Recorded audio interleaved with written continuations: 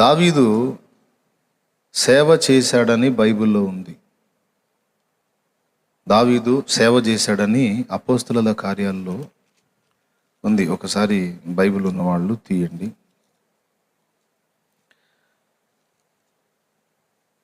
అపోస్తలుల కార్యముల్లో 13:36 ఒక్కసారి చదువమ్మా. 13:36 అంట, చూడండి. దావీదు దేవుని సంకల్పము చొప్పున తన తరము వారికి సేవ చేసి నిద్రించి తన పితరుల యొద్దకు చేర్చబడి. చాలు మనకి మ్యాటర్ అంతా అవసరం లేదు, ఒక్క లైన్ చాలు. దావీదు దేవుని సంకల్పము చొప్పున తన తరము వారికి సేవ చేసి అన్నాడు.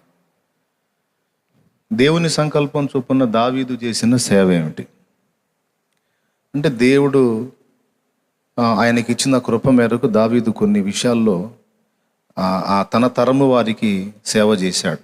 ఒకటి, ఒక రాజుగా తన ప్రజల్ని సంరక్షించాడు, శత్రువుల బారిన పడకుండా కాపాడాడు. మొదటిది. రెండవది, జీవము గల దేవుని ప్రజలు విడిచిపెట్టి అన్య మార్గాల తట్టు తిరిగిపోకుండా వాళ్ళని భద్రపరిచాడు, వాళ్ళని కట్టడి చేశాడు. సౌలు టైంలో సౌలైన కర్ణపిశాచి దగ్గరికి వెళ్ళటం, వేరే మార్గాలకు వెళ్ళటం మనకు అర్థం కనపడిద్ది. కానీ దావీదు టైంలో ఒక్క చోట కూడా అలాగా కనపడదు. ప్రజల్ని కూడా తొలగిపోనీలేదు దావీదు. అందరినీ కూడా దేవుని కొరకు భద్రం చేశాడు. రెండు, దావీదు తన తరములో చేసిన సేవ ఏమిటి? యెహోవా యుద్ధాలు చేశాడు దావీదు. తన ప్రజలని సుపరిపాలనలో, చక్కని పరిపాలనలో నడిపించాడు. గొర్రెలను కాసే అలవాటు ఉన్న దావీదు గొర్రెలకు ఎలాగైతే శ్రేష్టంగా అన్ని విషయాల్లో భద్రతనిచ్చాడో అలా తన ప్రజలకు కూడా అలాగా మేలు చేశాడు. ఇట్లా దావీదు చేసినటువంటి శత్రువుల బారి నుండి ప్రజల్ని కాపాడాడు, దేవుని యుద్ధాలు చేశాడు. రెండవది, ప్రజల్ని జనరంజకంగా పాలించాడు. మూడవది, సత్య దేవుని వైపు నుండి ప్రజలు అన్య మార్గాల వైపు తిరిగిపోకుండా దావీదున్నంత వరకు భద్రపరిచాడు. మళ్ళీ ఆయన కొడుకు సొలొమోను టైంలో సొలొమోను దారి తప్పాడు. సీదోనియుల దేవత వైపు, అష్టారోతు వైపు సొలొమోను తన భార్యలను బట్టి త్రిప్పబడతాడు. దావీదు ఎప్పుడూ అలా చేయలేదు. ఇట్లా దావీదు చేసిన సేవల్ని మనం చెప్పుకుంటే చాలా వస్తాయి. దేవుని మందిర సేవా పరిచర్యకు కొంతమందిని ఏర్పరిచాడు. నిత్యము స్తుతి ఆరాధన చేయటానికి, మరి దేవుని భక్తి ప్రజల్లో ప్రజ్వలించడానికి మంచి చర్యలు తీసుకున్నాడు. వీటితో పాటు అనేక కీర్తనలు కట్టి దేవుని మీద ప్రజలకు అందించాడు. ఇవన్నిటిని కూడా మీరు చూసుకొని దేవుణ్ణి ఇలాగ సేవించండి, ఇలాగ ఆరాధించండి, ఇలా సమీపంగా అండి అని ఆ మహానుభావుడు కొన్ని కీర్తనలు కట్టి ప్రజలకు అందించాడు. ఓకే, తర్వాత ఇంకా ఆయన చేసిన సేవ మీరేం విడగొట్టి రాసుకోండి. నేను అన్ని జ్ఞాపకం చేసుకుంటూ మీకు అందిస్తున్నా, విడగొట్టి రాసుకోండి మీరు నీట్గా ఏమేం చేశాడు అనేది. అదొక అంశం అవుతుంది, వర్ణించి చెప్పొచ్చు. తర్వాత దేవుని సన్నిధిలో దేవుడు అనుగ్రహించిన ప్రత్యక్షతలు పొందుకొని భవిష్యత్తులో క్రీస్తును గూర్చి సంభవింపబోతున్న సంగతులను ముందుగానే ప్రవచించి ఆ ప్రవచనాలను కూడా కీర్తనల్లో పొందుపరిచి అందించాడు తన తరము వారికి. ఓకే, ప్రవచన సేవ. వీటితో పాటు దావీదు చేసిన ఒక ప్రత్యేకమైన సేవ ప్రార్థన సేవ. దీన్నే ఇందాక 116వ కీర్తనలో నేను ప్రస్తావించాను. ప్రార్థన అంటే మనం మన కోసం అడిగేది అని కొంతమంది భక్తులు వర్ణించారు. తప్పులేదు, వారి అభిప్రాయం వారిది. ప్రార్థన అంటే మనం ఇతరుల కోసం అడిగేది అని కూడా కొంతమంది అభివర్ణించారు. అది తప్పు కాదు. ఎందుకంటే విజ్ఞాపన అన్నా, యాచన అన్నా, కృతజ్ఞతలన్నా, ప్రార్థన అని అన్నా ఇదంతా ప్రార్థనలో భాగమే. కాబట్టి అలా అనుకున్నా తప్పేం కాదు. కానీ నిష్కర్షగా దాని గురించి పోస్ట్ మార్టం చేసి విడగొట్టి మాట్లాడుకోవాలంటే విజ్ఞాపన వేరు, యాచన వేరు, ప్రార్థన వేరు, కృతజ్ఞతలు వేరు. విజ్ఞాపన అంటే ఇతరుల కోసం మనం చేసేది. ప్రార్థన అంటే భూమి మీద దేవుని సంకల్పము నెరవేరునట్లు మనము దేవునికి చేయున్నది ప్రార్థన అంటే. యాచన అంటే మనకు మనంగా మన విషయాల్లో దేవుణ్ణి రిక్వెస్ట్ చేసే విషయం. ఇంగ్లీష్ బైబిల్లో వేరే అర్థం ఉంటుంది, మధ్యవర్తిత్వం చేయటం అనే అర్థం ఉంటుంది. కానీ ఇంగ్లీష్ బైబిల్ సౌకర్యం కన్నా కూడా తెలుగు బైబిల్ సౌకర్యం చాలా గొప్పది. ఎందుకంటే మన తెలుగు బైబిల్ ఆదిమ హెబ్రీ గ్రీకు భాషల్లోంచి డైరెక్ట్గా తర్జుమా చేయబడింది. దేవునికి స్తోత్రం కలుగును గాక. ఆదిమ హెబ్రీ గ్రీకు భాషల్లోంచి అనువదించబడింది. కాబట్టి ఇంగ్లీష్ దానిలో కొన్ని విషయాలకి అందని సంగతులు మన తెలుగు బైబిల్లో చాలా అద్భుతంగా ఉన్నాయి. కొన్నిటికేమో తప్పదు, మనం వాటిని ఆశ్రయించాల్సిందే క్లారిటీ కోసం ఇంగ్లీష్ని. కొన్నిసార్లు వాళ్ళు మనల్ని ఆశ్రయించాల్సిందే క్లారిటీ కోసం తెలుగు బైబిల్ని. అట్లాగా యాచన అన్న దగ్గర ఇంగ్లీష్ బైబిల్లో మధ్యవర్తిత్వం అనే అర్థం వచ్చే పదం ఉంటుంది. కానీ వాస్తవంగా యాచన అంటే తెలుగు అర్థం ఏంటి? యాచకుడు, యాచించుట అంటే అడుగుట, అడిగేవాడు, భిక్షగాడు అని. భిక్షగాడు ఇతరుల కోసం అడుగుతాడా, తన కోసం అడుగుతాడా?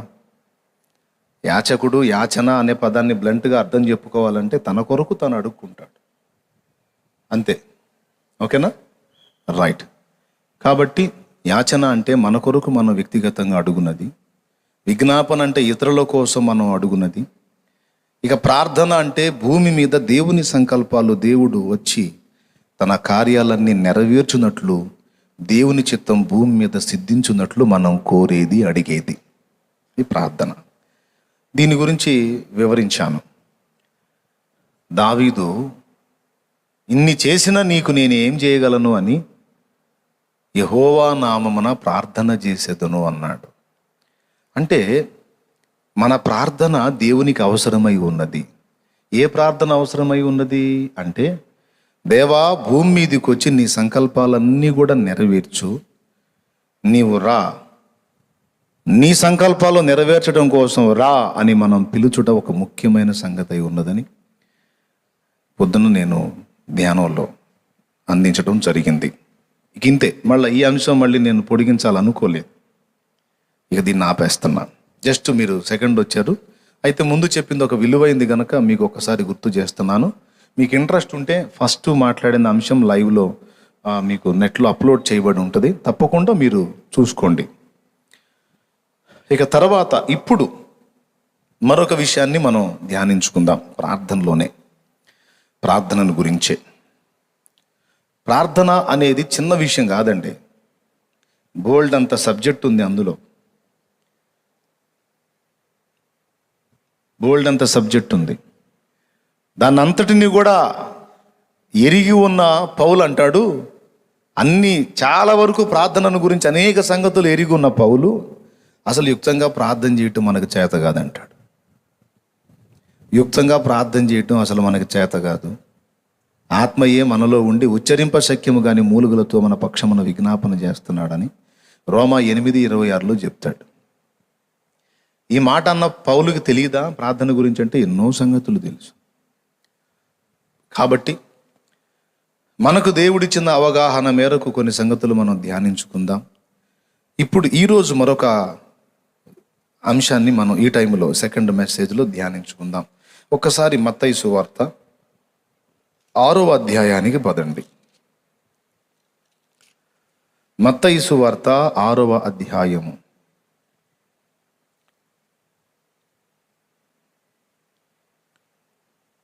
7వ వచనం నుంచి చూడండి.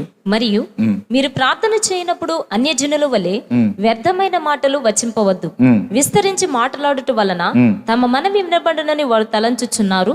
మీరు వారి వలె ఉండకుడి. మీరు మీ తండ్రిని అడుగక మునిపే మీకు అక్కరగానున్నవేవో ఆయనకి తెలియను. కాబట్టి మీరు ఇలాగూ ప్రార్థన చేయుడి. పరలోకమందున్న మా తండ్రి, నీ నామము పరిశుద్ధపరచబడును గాక. నీ రాజ్యము వచ్చుగాక. నీ చిత్తము పరలోకమందు నెరవేర్చున్నట్లు భూమి యందును నెరవేరును గాక. మా అనుదిన ఆహారం నేడు మాకు దయచేయము. మా రుణస్తులను మేము క్షమించి ఉన్న ప్రకారము మా రుణములు క్షమించుము. మమ్మను శోధనలోనికి తేక దుష్టు నుండి మమ్మను తప్పించుము. మనుషుల అపరాధములను. అక్కడ సంఖ్య ఉంటది, పుట్టినోట్లో ఏముందో కూడా చెప్పి పూర్తి చేయి. రాజ్యము, బలము, మహిమయు నీవయ్యున్నవి. దేవునికి స్తోత్రం కలుగును గాక. హల్లెలూయా. ప్రియులారా, చిన్న మాట ప్రార్థన చేసుకుందాం. ప్రేమ కలిగిన మా మహాపరిశుద్ధ తండ్రి, ఘనుడవగు దేవా, నీకు స్తోత్రములు. ఈ రెండవ రోజు రెండవ కూటమిలో మమ్మల్ని అందరినీ నీ కృపతో సమకూర్చినందుకై వందనాలు. ఎన్నో సంగతులు నీవు మాకు నేర్చుకుంటున్నావు. కొన్ని దిద్దుబాటు చేసుకుంటున్నాం. కొన్ని క్రొత్త విషయాలు సేకరించి మా అంబుల పొదిలో దాచుకుంటున్నాం. దేవా, ఇంకా మాకు అనేక సంగతులు నేర్పించండి. మా మనోనేత్రాలు వెలిగించండి. నీ దాసుని పూర్తిగా మరుగు చేయండి. మీరే మాకు కనబడండి. మీ స్వరము వినబడజేయండి. ఉపదేశాన్ని అడ్డగింప చూసే దురాత్మ అంధకార శక్తుల ప్రభావమును నజరేయుడు యేసు నామములో బంధిస్తున్నా. సైతానీయ శోధనలు యేసు నామములో బంధిస్తున్నా. నీ పరిశుద్ధాత్మ నడిపింపును మనసారా ఆకాంక్షిస్తున్నాం. దేవా, సహాయం వచ్చి స్తుతి, మహిమ, ఘనత, ప్రభావం నీకే చెల్లిస్తూ యేసుక్రీస్తు గొప్ప నామములో ప్రార్థించి వేడుచున్నాం తండ్రి. ఆమేన్. ప్రియులారా, ప్రభు చిత్తమైతే ఈ అంశం ధ్యానం అయిపోయిన తర్వాత చక్కగా మనందరం లేచి ఆరాధించుకుందాం. మరి నేను మర్చిపోయానని మీరు అనుకుంటారని గుర్తు చేస్తున్నా. అన్న నిలబెట్టి ఆరాధన చేయించలేదని మీకు డౌట్ వచ్చింది కదా. లైవ్లో ఉన్న వాళ్ళు కూడా వచ్చింది. అందుకని మరి దేవుని నడిపింపు ప్రకారం ఈ అంశాన్ని ధ్యానించుకున్నాక మనం ప్రశాంతంగా ఆరాధన చేసుకుందాం. ప్రభువుకు స్తోత్రం చెబుదాం గట్టిగా. రైట్. ప్రార్థన యోహాను తన శిష్యులకు ప్రార్థన చేయటం నేర్పినట్లు ప్రభువా, నీవు కూడా మాకు ప్రార్థన చేయుట నేర్పవా అని ఒకసారి శిష్యులు ప్రభువుని అడిగారు. అది యేసు ప్రభు చాలా సింపుల్గా వాళ్ళకి చెప్పేశాడు. ప్రార్థన చేయటం ఎలాగా, ప్రార్థన చేసే వ్యక్తి కలిగి ఉండాల్సినటువంటి సంగతులు ఏమిటి అనే విషయాన్ని చాలా తేలికగా ప్రభు అందించాడు. యేసు ప్రభు ఎప్పుడు కూడా విషయాన్ని అవకాశం ఉన్నంత వరకు తేలికగా అందించడానికి ప్రయత్నం చేశాడు. ఆయన భూమి మీద మనుషులతో మామూలుగా మానవ శరీరంతో మాట్లాడినప్పుడు వాళ్ళకి అర్థం కాకుండా ఏదో లోతుగా అందించడానికి ప్రయత్నించాలా, చాలా సింపుల్గా తన శిష్య బృందానికి అందించడానికి ప్రయత్నం చేశాడు. అందరూ ఒకసారి గట్టిగా స్తోత్రం చెప్పండి. అందరు లైన్లో ఉన్నారు కదా, లైవ్లో కూడా ఉన్నారు కదా. జాగ్రత్తగా వినండి. ఫస్ట్ ఏం చెప్పాడంటే, అన్యజనులు ప్రార్థించే పద్ధతిని గురించి ఆయన మాట్లాడాడు. ఏమని మాట్లాడాడంటే, మీరు ప్రార్థన చేయునప్పుడు అన్యజనుల వలె వ్యర్థమైన మాటలు వచింపవద్దు అన్నాడు. అంటే అనవసరపు మాటలు మాట్లాడొద్దు అన్నాడు. కొద్దిగా ఆ స్టాండ్ ఇటు పెడతా ఉన్నా, కొంచెం కొంచెం ఏమనుకోవద్దు.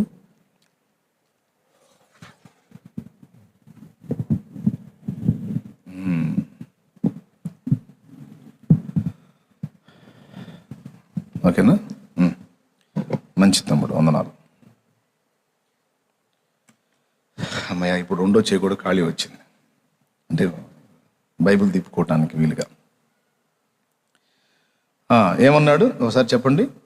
అన్ని జనుల వలె వ్యర్థమైన మాటలు వచింపవద్దు అన్నాడు. అంటే అనవసర మాటలు మాట్లాడొద్దు. రెండోది ఏమన్నాడంటే, విస్తరించి మాటలాడుట వలన తమ మనవి వినబడునని వాళ్ళు అనుకుంటున్నారు. విస్తరించి మాట్లాడటం అంటే ఏంటి? విస్తరించి మాట్లాడటం అంటే ఏంటి? చాలాసార్లు చదివి ఉంటారు, మీకు ఆ డౌట్ వచ్చి ఉంటుంది. వచ్చిందా ఎవరికన్నా? అసలు విస్తరించి మాట్లాడటం అంటే ఏంటి అనే డౌట్ వచ్చిందా?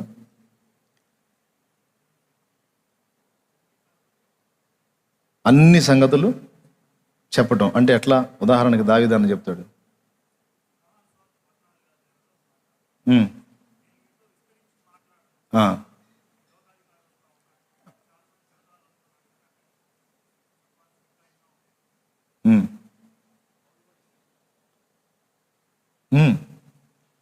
అంటే విస్తరించి మాట్లాడవద్దు అంటే ఎక్కువగా, అర్థమైందా? వ్యర్థమైన మాటలు వచింపవద్దు. ఎక్కువసేపు మాట్లాడటం వల్ల అది దేవునికి వినబడిద్దేమో అనే పిచ్చి ఆలోచన చెయ్యొద్దు అని తేల్చాడు. దేవునికి స్తోత్రం. మనుషుల దగ్గర మీరు విస్తరించి మాట్లాడినట్లు దేవుని దగ్గరికి వెళ్ళి విస్తరించి మాట్లాడటం వలన ఇలా చేస్తే దేవునికి వినబడిద్ది అన్నట్లు అన్యజనులు అనుసరించినట్లు మీరు అనుసరించొద్దు. మీ మాటలు ఎలా ఉండాలి అంటే, మీరు చెప్పదలుచుకున్నది ఏదో ఆయన ముందుకెళ్ళి స్పష్టంగా చెప్పండి. ఎందుకంటే మీరేం అడగబోతున్నారో ఆ పెద్ద ఆయనకి ముందే తెలుసు, మీ తండ్రి ముందే ఎరిగి ఉన్నాడు. కాబట్టి మీరు ఏదో నేను ఒక మాటనే ఒక విషయాన్ని 20 సార్లు అడగాలి ఏమో. ఒకవేళ 100 సార్లు నేను ఒకే విషయాన్ని చెప్తా ఉంటే 100లో ఒక్కసారన్నా తగిలిద్దేమో. అన్యజనులు ఒకే విషయాన్ని పట్టుకొని పదే పదే వల్లి వేస్తూ ఉంటారు, మీకు తెలుసు కదా, తెలీదా? నేను చేసా ఆ పని లోకంలో ఉన్నప్పుడు, వేరే మార్గంలో ఉన్నప్పుడు నేను చేశా. చెప్పిందే చెప్పి పాడిందే పాడి ఆడిందే ఆడి మాట్లాడిందే మాట్లాడి ఇన్నిసార్లు చెప్పిస్తే, ఇన్నిసార్లు ధ్యానిస్తే, ఇన్నిసార్లు అంటే వినబడిద్ది. ద్వాదశాక్షరి 12,000 సార్లు చెప్పిస్తే, ఇది ఇన్ని లక్షల సార్లు చెప్పిస్తే, ఇది 1,000,000 సార్లు చెప్పిస్తే, ఈ గొడవ వద్దురా బాబు మీకు అని చెప్పాడు. ఇదేం అవసరం లేదు. మీరు తండ్రి దగ్గరికి వెళ్తున్నారు. కొడుకు తండ్రి దగ్గరికి వెళ్ళినప్పుడు ఎలా వ్యవహరిస్తాడు? అక్కడికి పోయి నానా నానా నానా నానా నానా అనడగా అంటాడా? తండ్రి తండ్రి తండ్రి తండ్రి అని విస్తరించి మాట్లాడతాడా? ఒకవేళ అలా 100 సార్లు మాట్లాడితే వెంటనే ఆయన హాస్పిటల్కి ఫోన్ చేస్తాడు. ఏ హాస్పిటల్కి? మానసిక వైద్యశాలకి. ఎందుకంటే అబ్బాయికి ఏదో మైండ్ పోయినట్టుంది, నానా నానా నానా నానా అని అదే పనిలో ఉన్నాడు.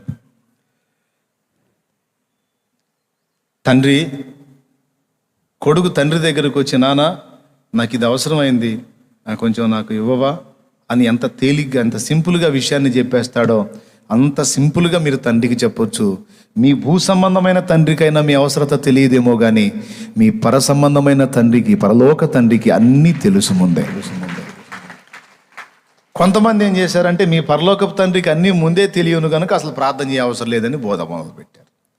ఇది ఒక డేంజర్ బోధ బయలుదేరింది. మీకు అక్కరగానున్నవేవో మీ పరలోకపు తండ్రికి ముందే తెలియనో, ముందే తెలిసినప్పుడు మళ్ళా మనం చెప్పటం పిచ్చితనం కాదా?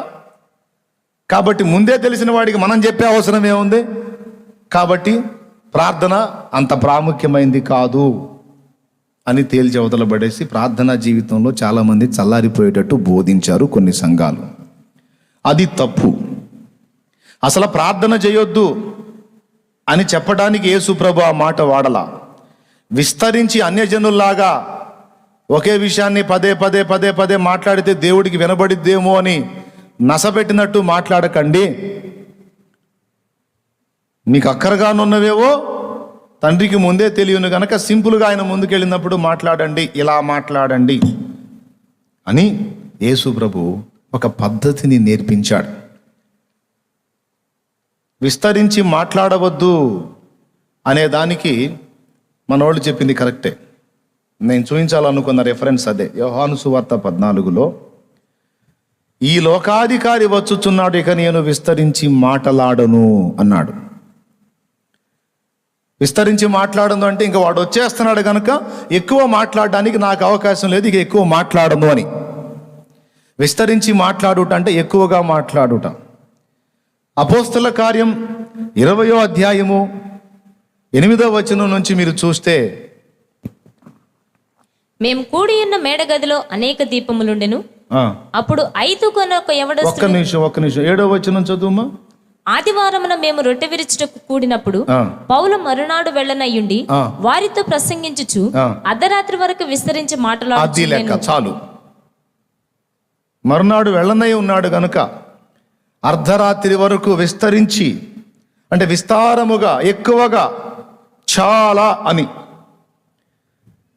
మాట్లాడాడని. అట్లాగా యేసు ప్రభువు వారు కూడా ఏమన్నాడు, ఇదిగో లోకాధికారి వచ్చుచున్నాడు, ఇక మీకు చాలా విషయాలు నేను ఎక్కువగా మాట్లాడడానికి అవకాశం లేదు, టైం అయిపోయింది అన్నాడు. కాబట్టి విస్తరించి మాట్లాడుట వలన తమ మనవి దేవునికి వినబడునని వారు తలంచుచున్నారు, మీరైతే వారి వలె ఉండకుడి అన్నాడు. అంటే మీకు ఆ 2 రిఫరెన్స్లు ఎందుకు చెప్పానంటే, ఆ 2 మాటలు యేసు ప్రభు కానీ పౌలు కానీ మనుషులతో మాట్లాడింది. విస్తరించి మాట్లాడిన ఇబ్బంది లేదు, ఆయా అవసరతలను బట్టి. కానీ దేవుని దగ్గరికి పోయినప్పుడు ఎక్కువగా మాట్లాడటం వల్ల, చాలాసేపు చాలాసార్లు మనం చెప్పటం వల్ల దేవునికి వినబడిద్దేమో, ఏది 2 ముక్కలు చెబితే దేవుడికి అది అందదేమో అని పొరపాటున కూడా అనుకోవద్దు. ఆయనకి చెవుడు లేదు, నంబర్ 1. ఆయనకి చెవుడు లేదు. రెండవది, నువ్వు ఏ సమస్య కోసం వచ్చి మోకరించావో ఆల్రెడీ ఆయనకి తెలుసు. కాబట్టి నువ్వు సింపుల్గా విషయం అందిస్తే దేవుడు దాన్ని స్వీకరించి నీకు సమాధానం ఇస్తాడు. అడగాల్సిందే, కానీ అన్యుల్లాగా అడగొద్దు అనేది ఒకటి నేర్పాడు. ఇంతవరకు అర్థమైందా మీకు? స్తోత్రం చెప్పండి ఒకసారి. హల్లెలూయా. ఇక అంతటితో దాన్ని పక్కన పెట్టడం, ఆ పాయింట్ని. ఎలా ప్రార్థన చేయమన్నాడు, ప్రార్థనలో ఏవి ప్రస్తావించమన్నాడు. ఇప్పుడు కొన్ని సంఘాలు ఈ ప్రార్థనని పక్కన పెట్టారు, దీన్ని అంత ప్రాముఖ్యమైన ప్రార్థనగా ఎంచలేదు. వాళ్ళు చెప్పిన సమాధానం ఏంటంటే, యేసు ప్రభు వారు తన శిష్యులకు ఆత్మీయ బాల్య దశలో ఉన్నప్పుడు నేర్పిన ప్రార్థన అది అని, దాన్ని అంతగా మనం పట్టించుకోవాల్సిన అవసరం లేదు, అది అంత పిల్లతనపు ప్రార్థన అన్నట్టు కొన్ని సంఘాల వారు తేల్చేశారు. అయితే నేను సంఘాల వారిని ఏం అనట్లేదు, వారిని నేనేం ఎగతాళి చేయటం లేదు. వారి అవగాహనది, నా అవగాహన నేను చెప్తా. అందరూ కలిసి ఒకసారి స్తోత్రం చెప్తే. రైట్, బాగా వినండి. ఈ పరలోక ప్రార్థన అని పిలువబడుతున్న ఈ ప్రార్థనలో ముఖ్యమైన 7 సంగతులు మనకు పాఠాలుగా ఉన్నాయి. యేసు ప్రభు నోట నుండి వచ్చిన ఏ మాటైనా, ఏ పదమైనా తేలికగా తీసుకోవడానికి వీల్లేదు. ఒకవేళ శిష్యులు ఆత్మీయ పిల్లతనంలో ఉంటే ఉండొచ్చు గాక, యేసయ్య పిల్లతనపు మాటలు మాట్లాడేవాడు కాడు అని మనం గుర్తుంచుకోవాలి. యేసయ్య పిల్లతనపు మాటలు మాట్లాడతాడా? వాళ్ళు పిల్లలు కావచ్చు, కానీ యేసయ్య మాట్లాడిన మాటలు అలాగా నేను ఊహించలేను. యేసు ప్రభు వారు కూడా పిల్లతనపు మాటలు మాట్లాడతాడంటే నేను ఊహించలేను. ఆయన శ్రేష్ఠుడు.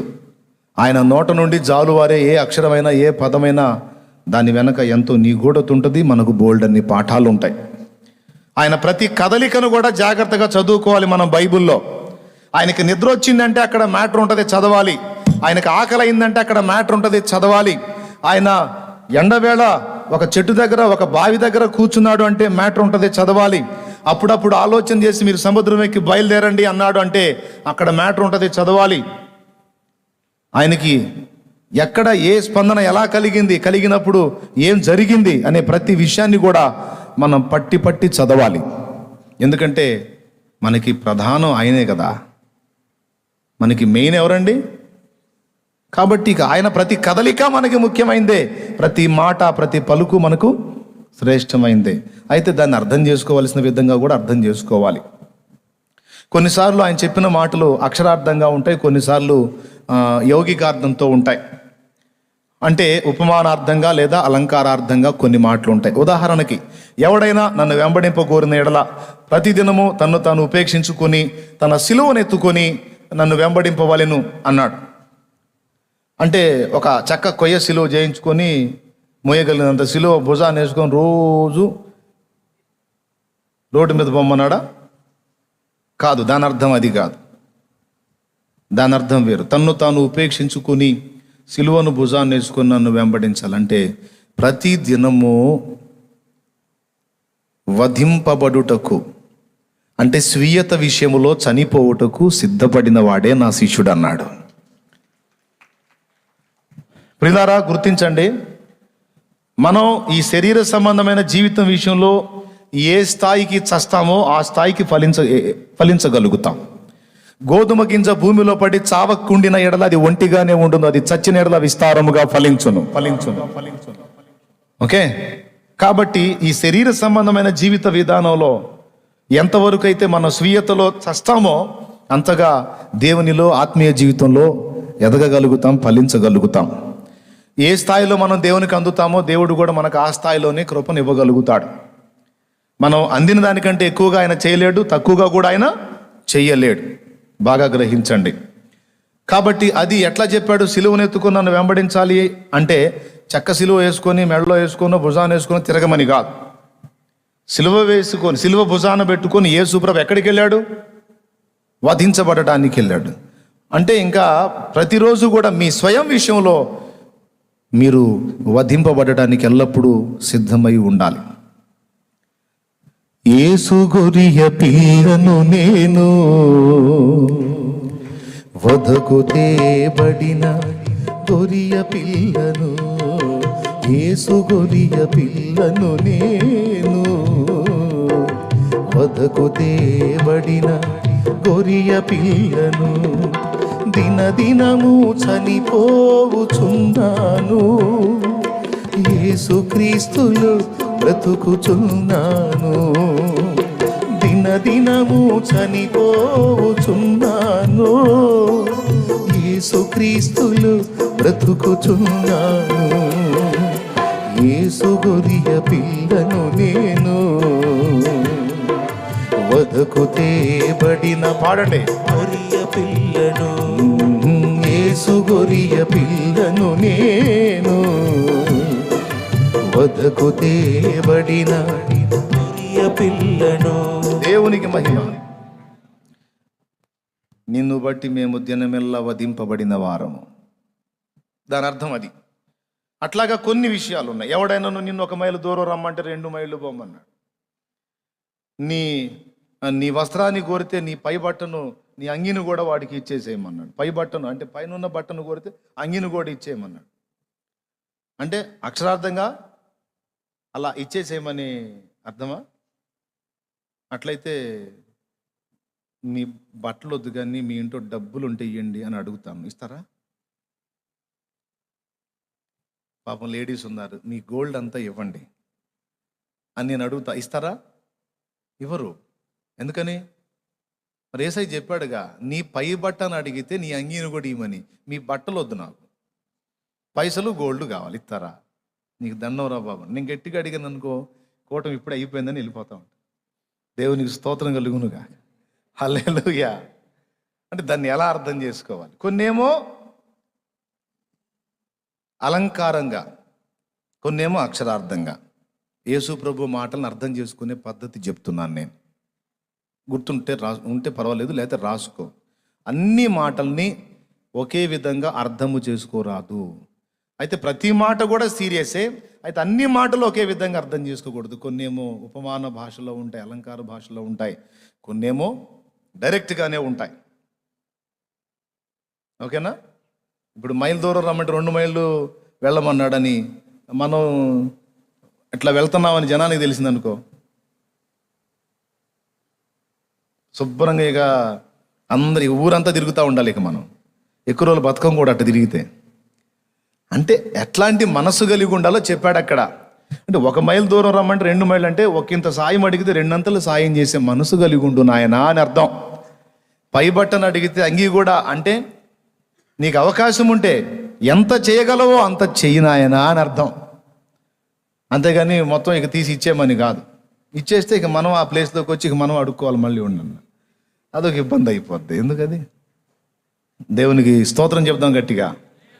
హల్లెలూయా. ఉన్నాయని వాడికి మనం మళ్ళీ ఇక భిక్షాటన మొదలు పెట్టాలి. బాబు ధర్మం చేయండి, ఒక అంగీ ధర్మం చేయండి. మనం అంటే ప్రభు మాట విని చేసాం. ఇక ఇంకొకడు అన్యుడు ఉన్నాడు, వాడు ఇవ్వడుగా మనకి, మనం సిగ్గుపోగొట్టుకుంటాం, ఇబ్బంది అయింది.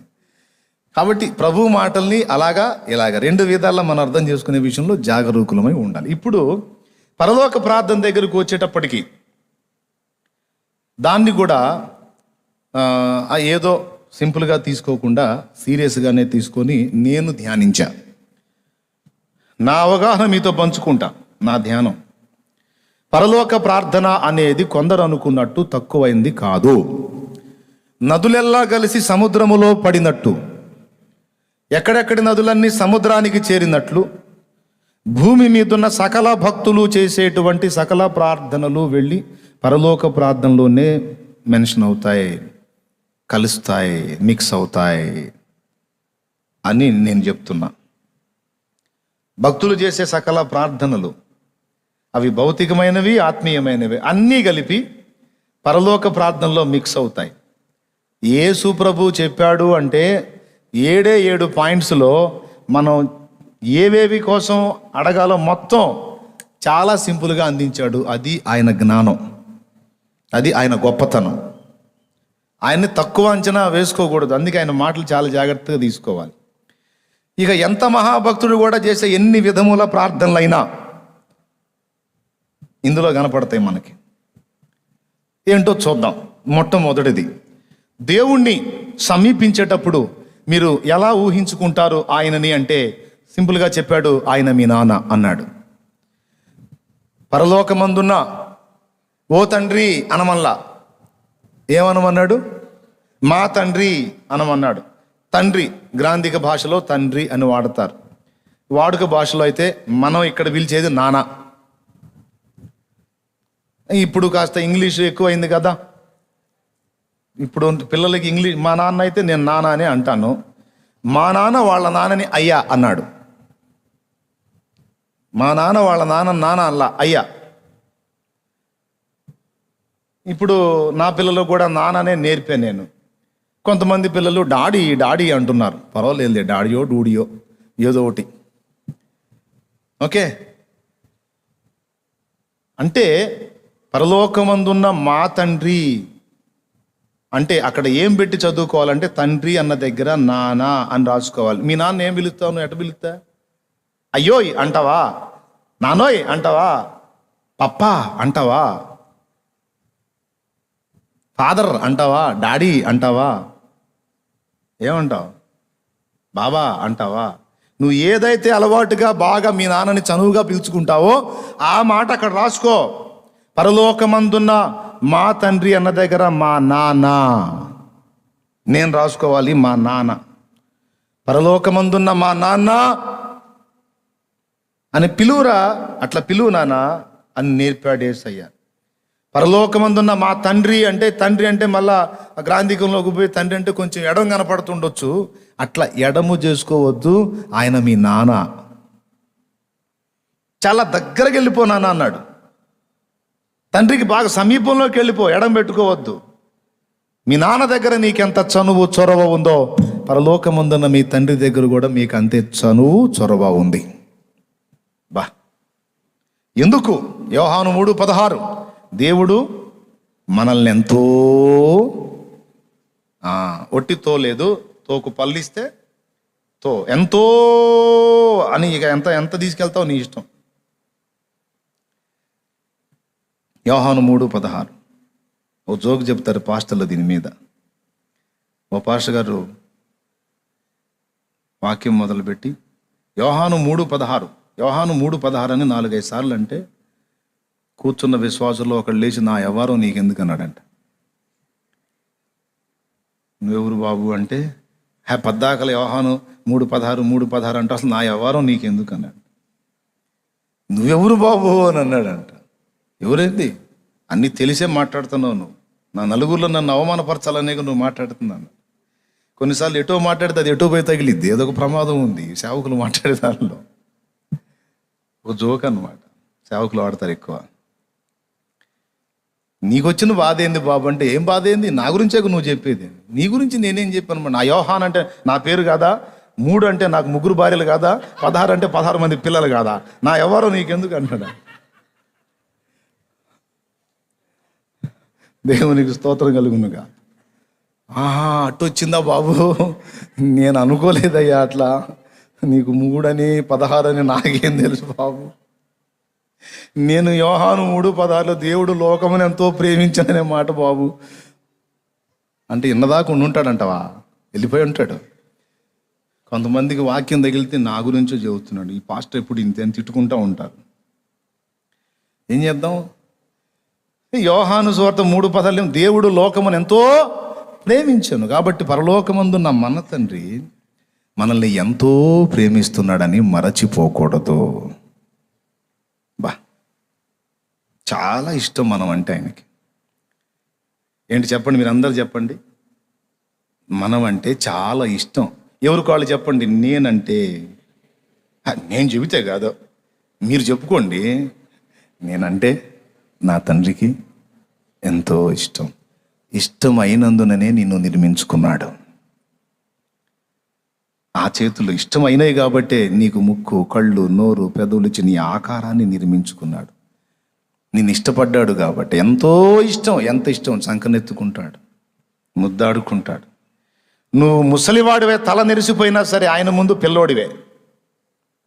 జ్ఞానం విషయంలో పిల్లోడివే, వయసు విషయంలో పిల్లోడివే. నువ్వు ఎంత తలబండిపోయిన వృద్ధుడవు కావచ్చు కాక, ఆయన మాత్రం చంటి బిడ్డలాగా ముద్దాడుకుంటాడు. ఎందుకంటే ఆయన మహావృద్ధుడు. సింహాసనం మీద మహావృద్ధుడు ఒకడు కూర్చున్నాడనే దానియేలు గ్రంథము 7లోనే సింహాసనమందు మహావృద్ధుడు ఒకడు కూర్చున్నాడు అని చెబుతాడు. చూడండి, అంటే దేవుడు ముసలితనం వచ్చిందా, ముసలోడు అయిపోయాడా అని కాదు. ఆయన వయస్సును సూచించే విధంగా, అంటే ఎప్పటివాడు అంటే ఆయన వయస్సుకు పరిమితి లేదు, కాలమునకు పరిమితి లేదు. ఆయన ఎంతటి అనుభవజ్ఞుడో అనుభవాన్ని సూచించే విధంగా ఆకారాన్ని చూపించాడు అంతే. దానియేలుకి స్తోత్రం చెప్పు, గట్టిగా చెప్పు. కాబట్టి దేవుణ్ణి ఎలా సంబోధించమనంటే పరలోకమందున్న మా నాన్న. రైట్, ఇది ఫస్ట్ దేవుని దగ్గరికి మనం వెళ్ళేటప్పుడు 2 సంగతులు ముందు చెప్పాను. అన్యజనుల్లాగా విస్తరించి మాట్లాడొద్దు, వ్యర్థమైన మాటలు మాట్లాడొద్దు, మొదటిది. రెండవది, దేవుడు మీ నాన్న. ఎప్పటికప్పుడు మనం గుర్తుపెట్టుకోవాల్సింది. నీకు కఠినమైన శ్రమ వచ్చింది తమ్ముడు, బాగా విను. నీకు కఠినమైన శోధన వచ్చింది చెల్లి, లైవ్లో ఉన్నోళ్ళు కూడా. నువ్వు ఊహించలా అంత గొప్ప దెబ్బ తగిలింది నీకు. కానీ నువ్వు గుర్తుపెట్టుకోవాలి ఏంటంటే, దేవుడు మీ నాన్న నిన్ను ప్రేమిస్తున్నాడు. ఆయన అనుమతి లేకుండా, ఆయన ఎరుక లేకుండా, ఆయనకు తెలియకుండా నీకు ఆ శ్రమ రాలేదు. అంత పెద్ద శ్రమ వచ్చింది, కానీ నువ్వు అనాలి, దేవుడు మా నాన్న. ఇంత పెద్ద నష్టం కలిగింది నాకు, నువ్వు అనాలి, దేవుడు మా నాన్న. దేవుడు మా నాన్న అయినప్పుడు, నన్ను ఎంతో ప్రేమిస్తున్నప్పుడు ఇంత గొప్ప శ్రమ నాకెందుకు రప్పించాడు అంటే నిన్ను ప్రేమించే. ఇంకొకటి కూడా గుర్తుపెట్టుకో, నీవు ఏదైనా నష్టపోయినట్టు నీకు కనబడితే, దేవుడు నీకేదైనా నష్టం కలిగించినట్టు నీకు కనబడితే, అది నిజంగా నష్టంగా నువ్వు భావించొద్దు. ఎందుకంటే ఎప్పుడు దేవుడు నిన్ను నష్టపుచ్చడు. ఆయన నీకు నష్టం కలిగించిన దానిలో కూడా 10 అంతలు 100 అంతల లాభం తీసి నీకు మళ్ళా నీ చేతిలో పెట్టగల సమర్థుడు ఆయన. ఆఖరికి నీ కుటుంబంలో ఒక వ్యక్తిని కోల్పోయినా సరే అది నష్టముగా భావించొద్దు. నీ కుటుంబంలో సభ్యుడిని కోల్పోయినా సరే నువ్వు అది నష్టముగా భావించొద్దు. ఎందుకంటే ఎక్కడికి పోలేదు, నాన్న దగ్గర భద్రంగా ఉన్నాడు. తగిన సమయం ముందు తప్పకుండా మళ్ళీ తిరిగి తీసుకొచ్చి నీకు అప్పచెప్పగలుగుతాడు. నువ్వు సణిగావు, గొణిగావు, దుఃఖపడ్డావు, విమర్శించావు కదా, అవన్నీ అడుగుతాడు. ఏమ్మా తెగ ఫీలింగ్ ఇచ్చావుగా, ఏదో నీకు ద్రోహం చేసినట్టు, అన్యాయం చేసినట్టు, దుర్మార్గం చేసినట్టు చాలా సణిగి గొణిగావుగా. ఇదిగో చూడు, చూసావా? ప్రభా, ఏంది ప్రభా, అందరూ ఉన్నారుగా ప్రభా, మరి ఆడికి పోతారు? పిచ్చి మామ, నీకు తండ్రి అయ్యేదానికి ముందు నాకు బిడ్డ, నీకు బిడ్డ అయ్యేదానికి ముందు నాకు బిడ్డ, నీకు అన్న అయ్యేదానికి ముందు నాకు బిడ్డ, నీకు అమ్మ అయ్యేదానికి ముందు నాకు కూతురు. నువ్వు నా అనుకుంటున్న వాళ్ళు నీ కాదు, నా వాళ్ళు, నా వస్తువులు. నేనెక్కడ పాడు చేసుకుంటూ మొత్తం భద్రం చేసుకుంటా. మొత్తాన్ని తిరిగి నీకు చూపించగల సమర్థుడు. ఆయన ఎదుట, ఆయన ద్వారా ఏది నష్టపోయి ఉండవు. నువ్వు నమ్మితే స్తోత్రం చెప్పు, గట్టిగా చెప్పు. ఈ హల్లెలూయాలు ఎందుకంటే ఏం చేద్దాం, మీకు పరధ్యానం రాకుండా అచ్చంగా లైవ్లో మాట్లాడటం అయితే నాకు వీటితో అవసరం ఉండదు అంతగా. ఇప్పుడు మీరు వచ్చి కూర్చుంటున్నారుగా, ఏమాత్రం ఎవరన్నా అట్టంటారేమో నా భయం. అందుకని సరే, ఇక పాయింట్కి వచ్చేద్దాం.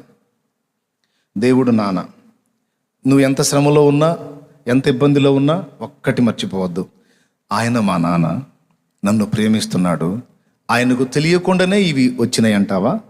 ఆయనకు తెలియకుండానే నేను ఈ పరిస్థితులు అనుభవిస్తున్నాను అంటావా? నో, అన్నీ ఆయనకు తెలిసే నేను అనుభవిస్తున్నాను. మరి తెలిసి కూడా నాకు ఇవన్నీ అనుమతించాడు అంటే నా మంచి కోసం అంటావా, లేకపోతే నా మీద పగబట్టాడంటావా? చెప్పుకోయా, ఏం చెప్పుకుంటావు? అన్నీ ఎరిగుండి కూడా మా నాన్న నన్ను ప్రేమించువాడు అయి ఉండి కూడా నాకు ఈ కఠిన శ్రమ రప్పించాడు అంటే నా మంచి కోసమై ఉంటుందా, లేకపోతే నా పతనం కోరా?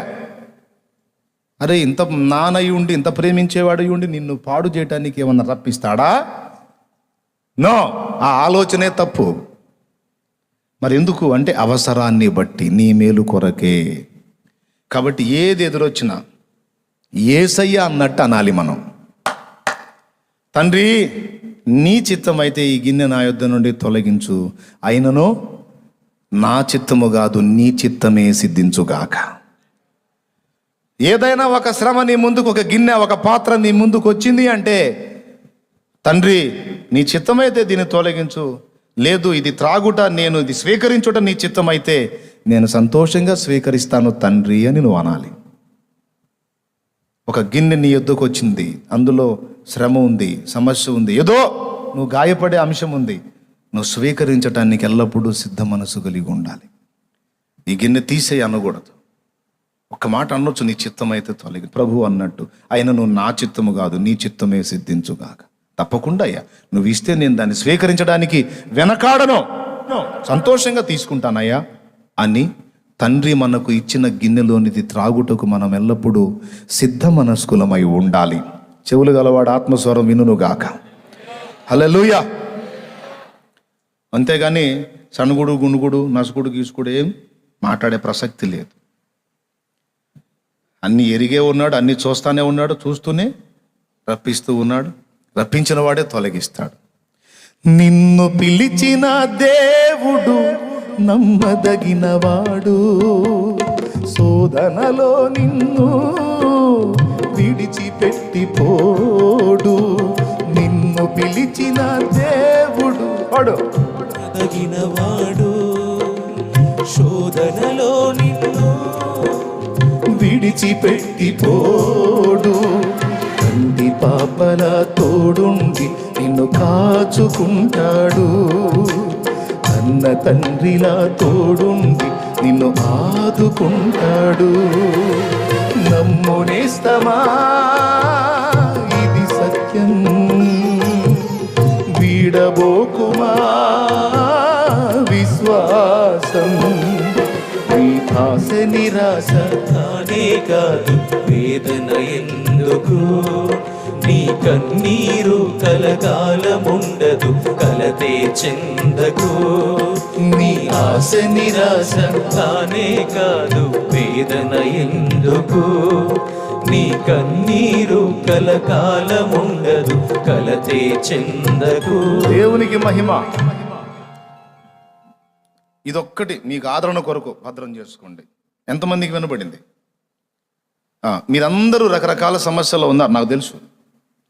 ఈ ఒక్క మాట మీ హృదయంలో తీసుకుంటే మనసు హాయిగా ఉంటుంది, ఎందుకంటే ఇది నిజం.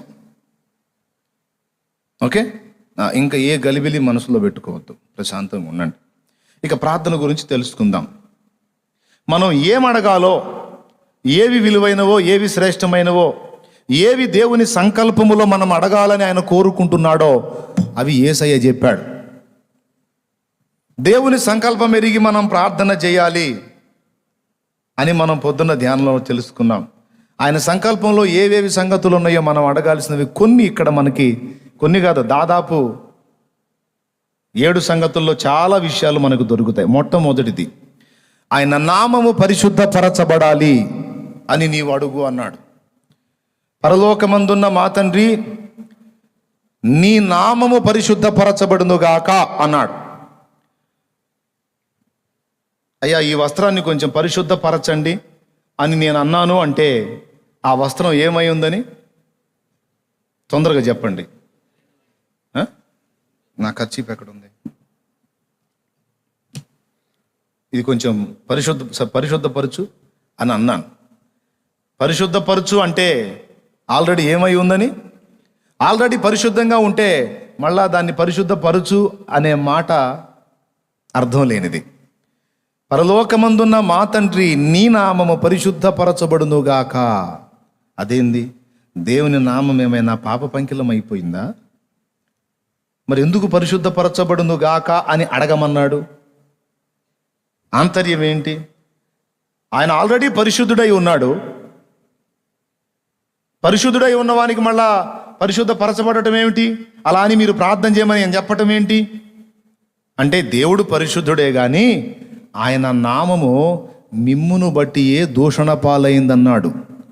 మిమ్మును బట్టి ఏ దినమెల్ల నా నామము దూషించబడుతుంది అనే వచనం ఉంది తెలుసా మీకు? బైబిల్లో ఎక్కడో ఉంది తెలుసా? దేవునికి స్తోత్రం కలుగును గాక. హల్లెలూయా. చెప్తారా ఎవరన్నా? అయ్యా చెప్పు.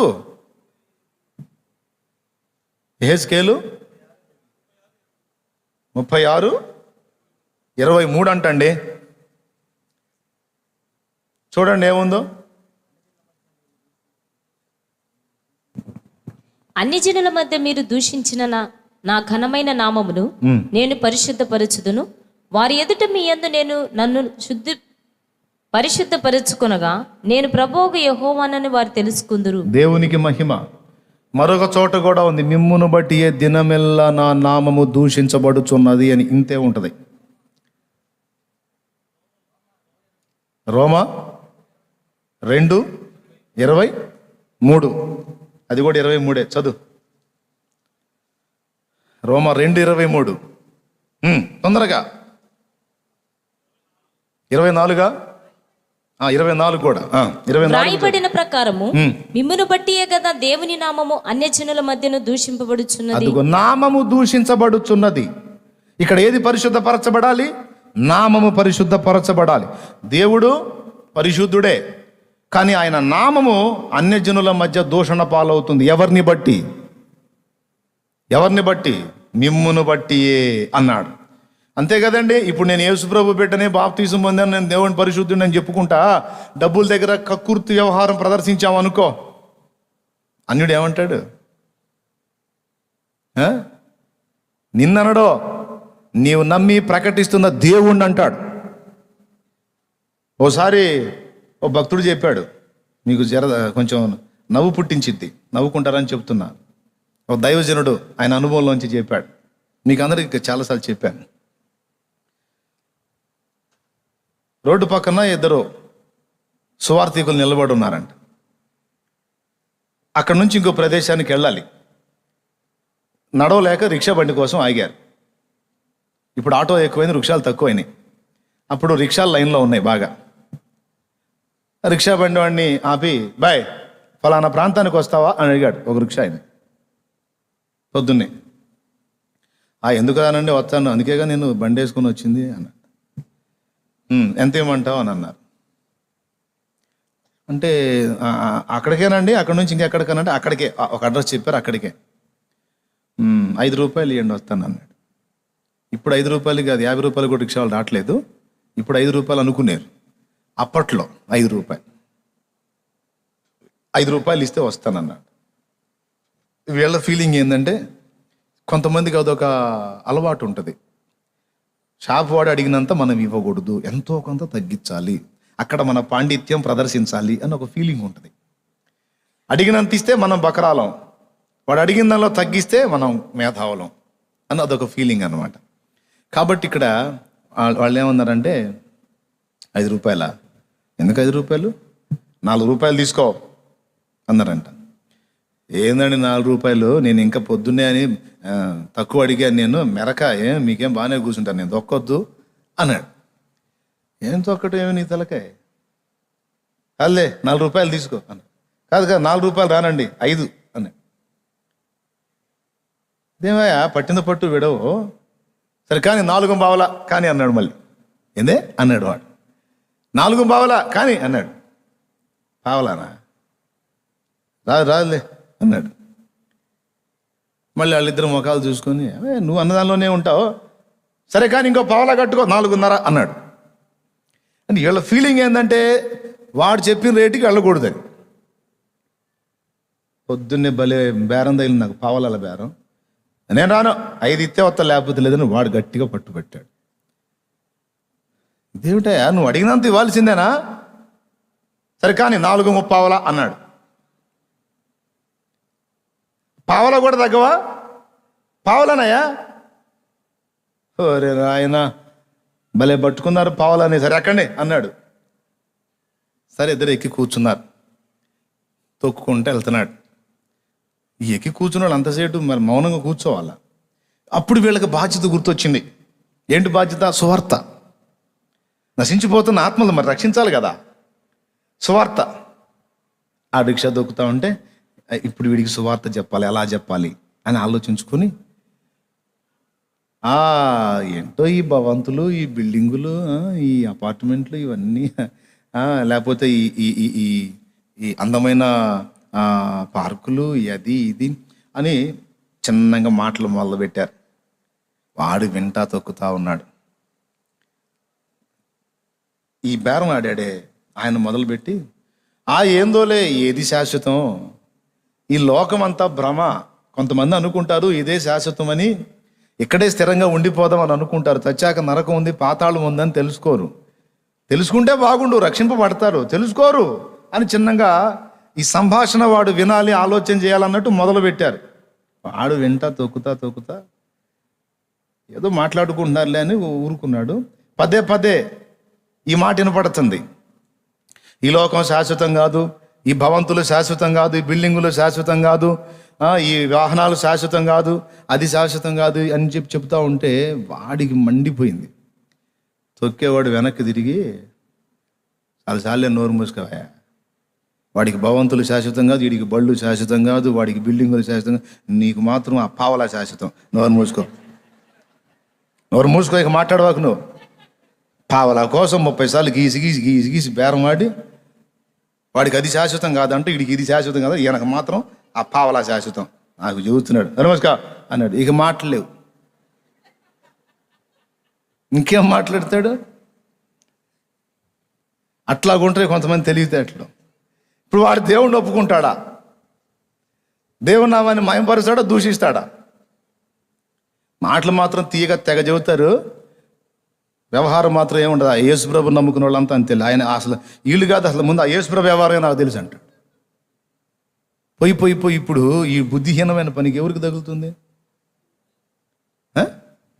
ఎంత డేంజర్. మనం ఇప్పుడు నేను సింపుల్గా ఒక పాయింట్ చెప్పా, చాలా ఉన్నాయి మనల్ని బట్టి అన్యజనులు దేవుణ్ణి దూషించేదానికి అవకాశం ఉన్న విషయాలు చాలా ఉన్నాయి. చర్చికి బయలుదేరిద్దా అమ్మగారు? చర్చికి వచ్చినట్టు రాదు. మిమ్మల్ని కాదమ్మా, మీకు వందనాలు. చర్చికి దేవుని సన్నిధికి వచ్చినట్టు ఒక దేవుని బిడ్డలాగా ఉండదు. అసలు ఆ మేకప్ ఏందో, ఆ వేషం ఏందో, ఆ వస్త్రాలు ఏందో, ఆ జాకెట్లు ఏందో, అసలు బట్టలు లేని వాళ్ళు కుట్టించినట్టు వెనక 2 పీసులు పెట్టి, వాళ్ళ చేతిలో బైబిలు, అవతారం చూస్తే భక్తికి పోతున్నట్టు ఉండదు, మరే కార్యక్రమానికో వెళుతున్నట్టు ఉంటుంది. అప్పుడు త్రోవ ప్రక్కన నిలిచి చూచేవాడేమంటాడు? వీళ్ళందరింతే మిమ్మును బట్టి ఏ దినమెల్లా నా నామము దూషించబడుతుంది. దేవుణ్ణి నమ్ముకున్నాడు, బాప్తిస్మం పొందాడు, దేవుని బిడ్డనని చెప్తాడు, 2 కుంపట్లు పెట్టాడు. 2 కుంపట్లు పెట్టాడు. ఇద్దరికీ న్యాయం చేయడానికి ప్రయత్నిస్తాడు డబ్బుని. మళ్ళా దేవుని అసలు మహాభక్తుడిలా కనపడతాడు. అన్యజనులు ఏమంటారు? అబ్బా భలే భక్తుడు రా, భలే భక్తుడు. పాపం ఒక మనిషి కాదు, ఇద్దరికి బాగా బాధ్యతగా చూసుకుంటున్నాడు. అంటే ఇంకోటి అంటాడు, ఆ బ్యాచ్ అంతా అంతే, ఆ బ్యాచ్ ఉన్నారే క్రిస్టియన్స్, వాళ్ళంతా అంతే. అసలు ఆ మతమే తేడారా అంటాడు ఇంకొకడు ఘాటుగా. ఇట్లాగా దేవుని నామం దూషణ పాలయ్యేదానికి ఈమె దేవుణ్ణి నమ్మింది, బాప్తిస్మం పొందింది, నేను దేవుని బిడ్డనని చెప్తుంది, బాగానే ఉంది. కానీ అన్యజనులలో ప్రవర్తన ఎలాగుంది? అక్రమ సంబంధాన్ని కనపరిచినప్పుడు అన్యజనులు చూస్తుండగా వారి మధ్య ఈమె మరొక వ్యక్తితో, సంబంధం లేని వ్యక్తితో వ్యవహరిస్తూ కనబడినప్పుడు ఎవరినంటారు? ఆమెనా? ఆ ఇంటికి వచ్చిన వానినా? లేకపోతే దేవుణ్ణా?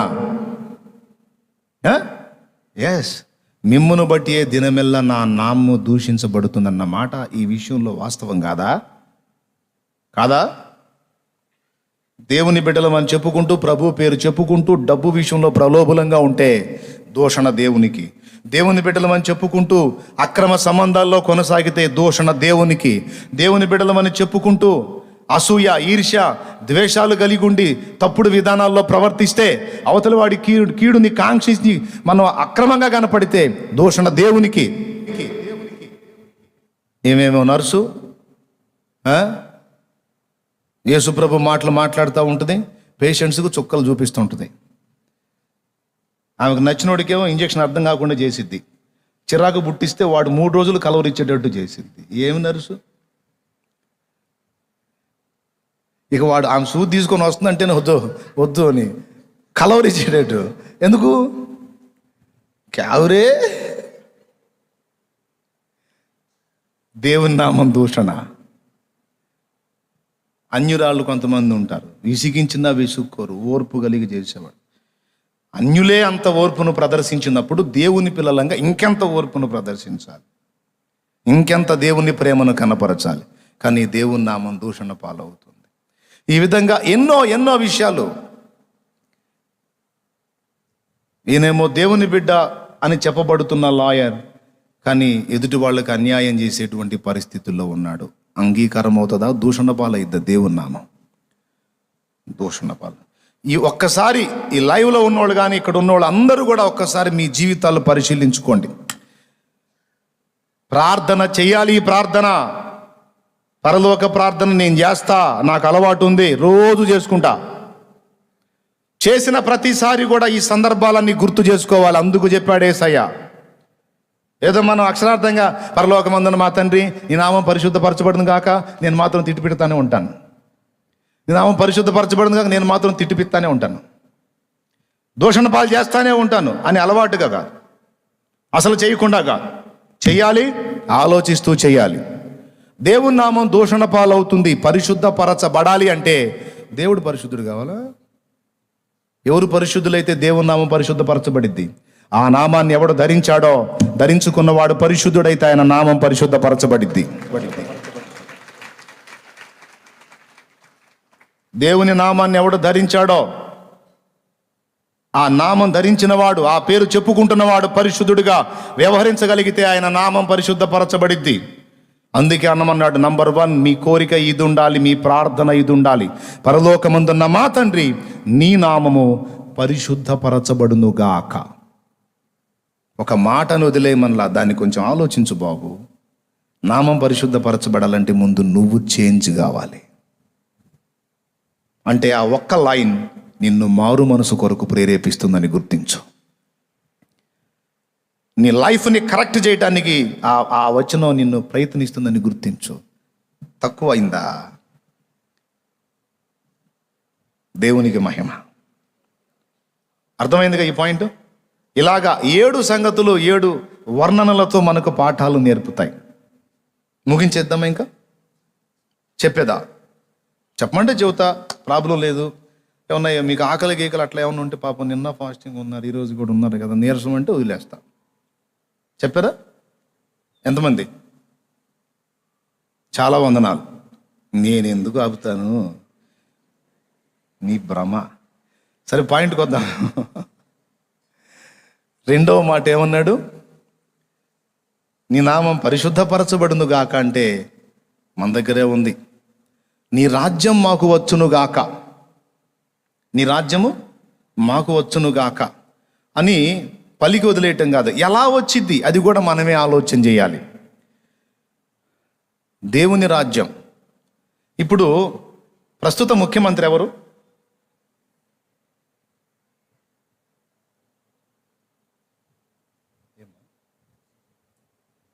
ఏముంది అందులో?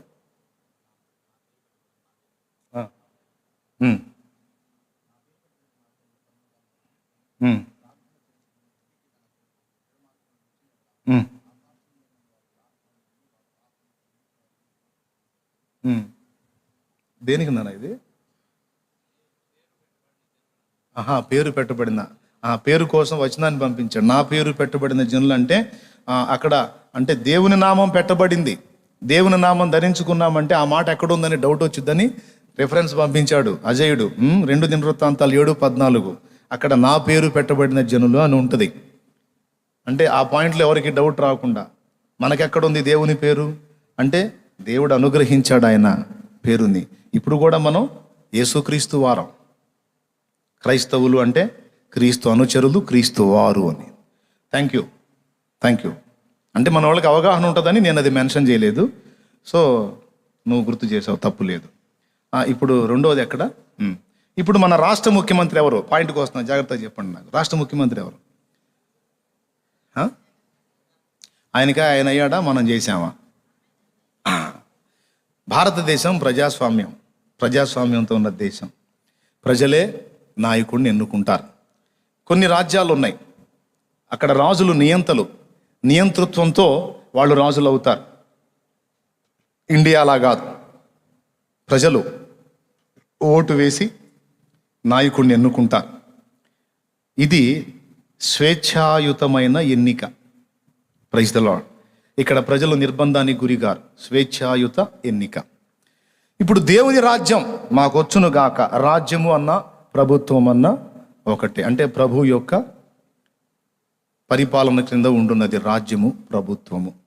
నీ రాజ్యం మాకు వచ్చుగాక అంటే అర్థం ఏంటంటే నీ ప్రభుత్వం మాకు రావాలి అంటే అవకాశం ఎవరు ఇవ్వాలి?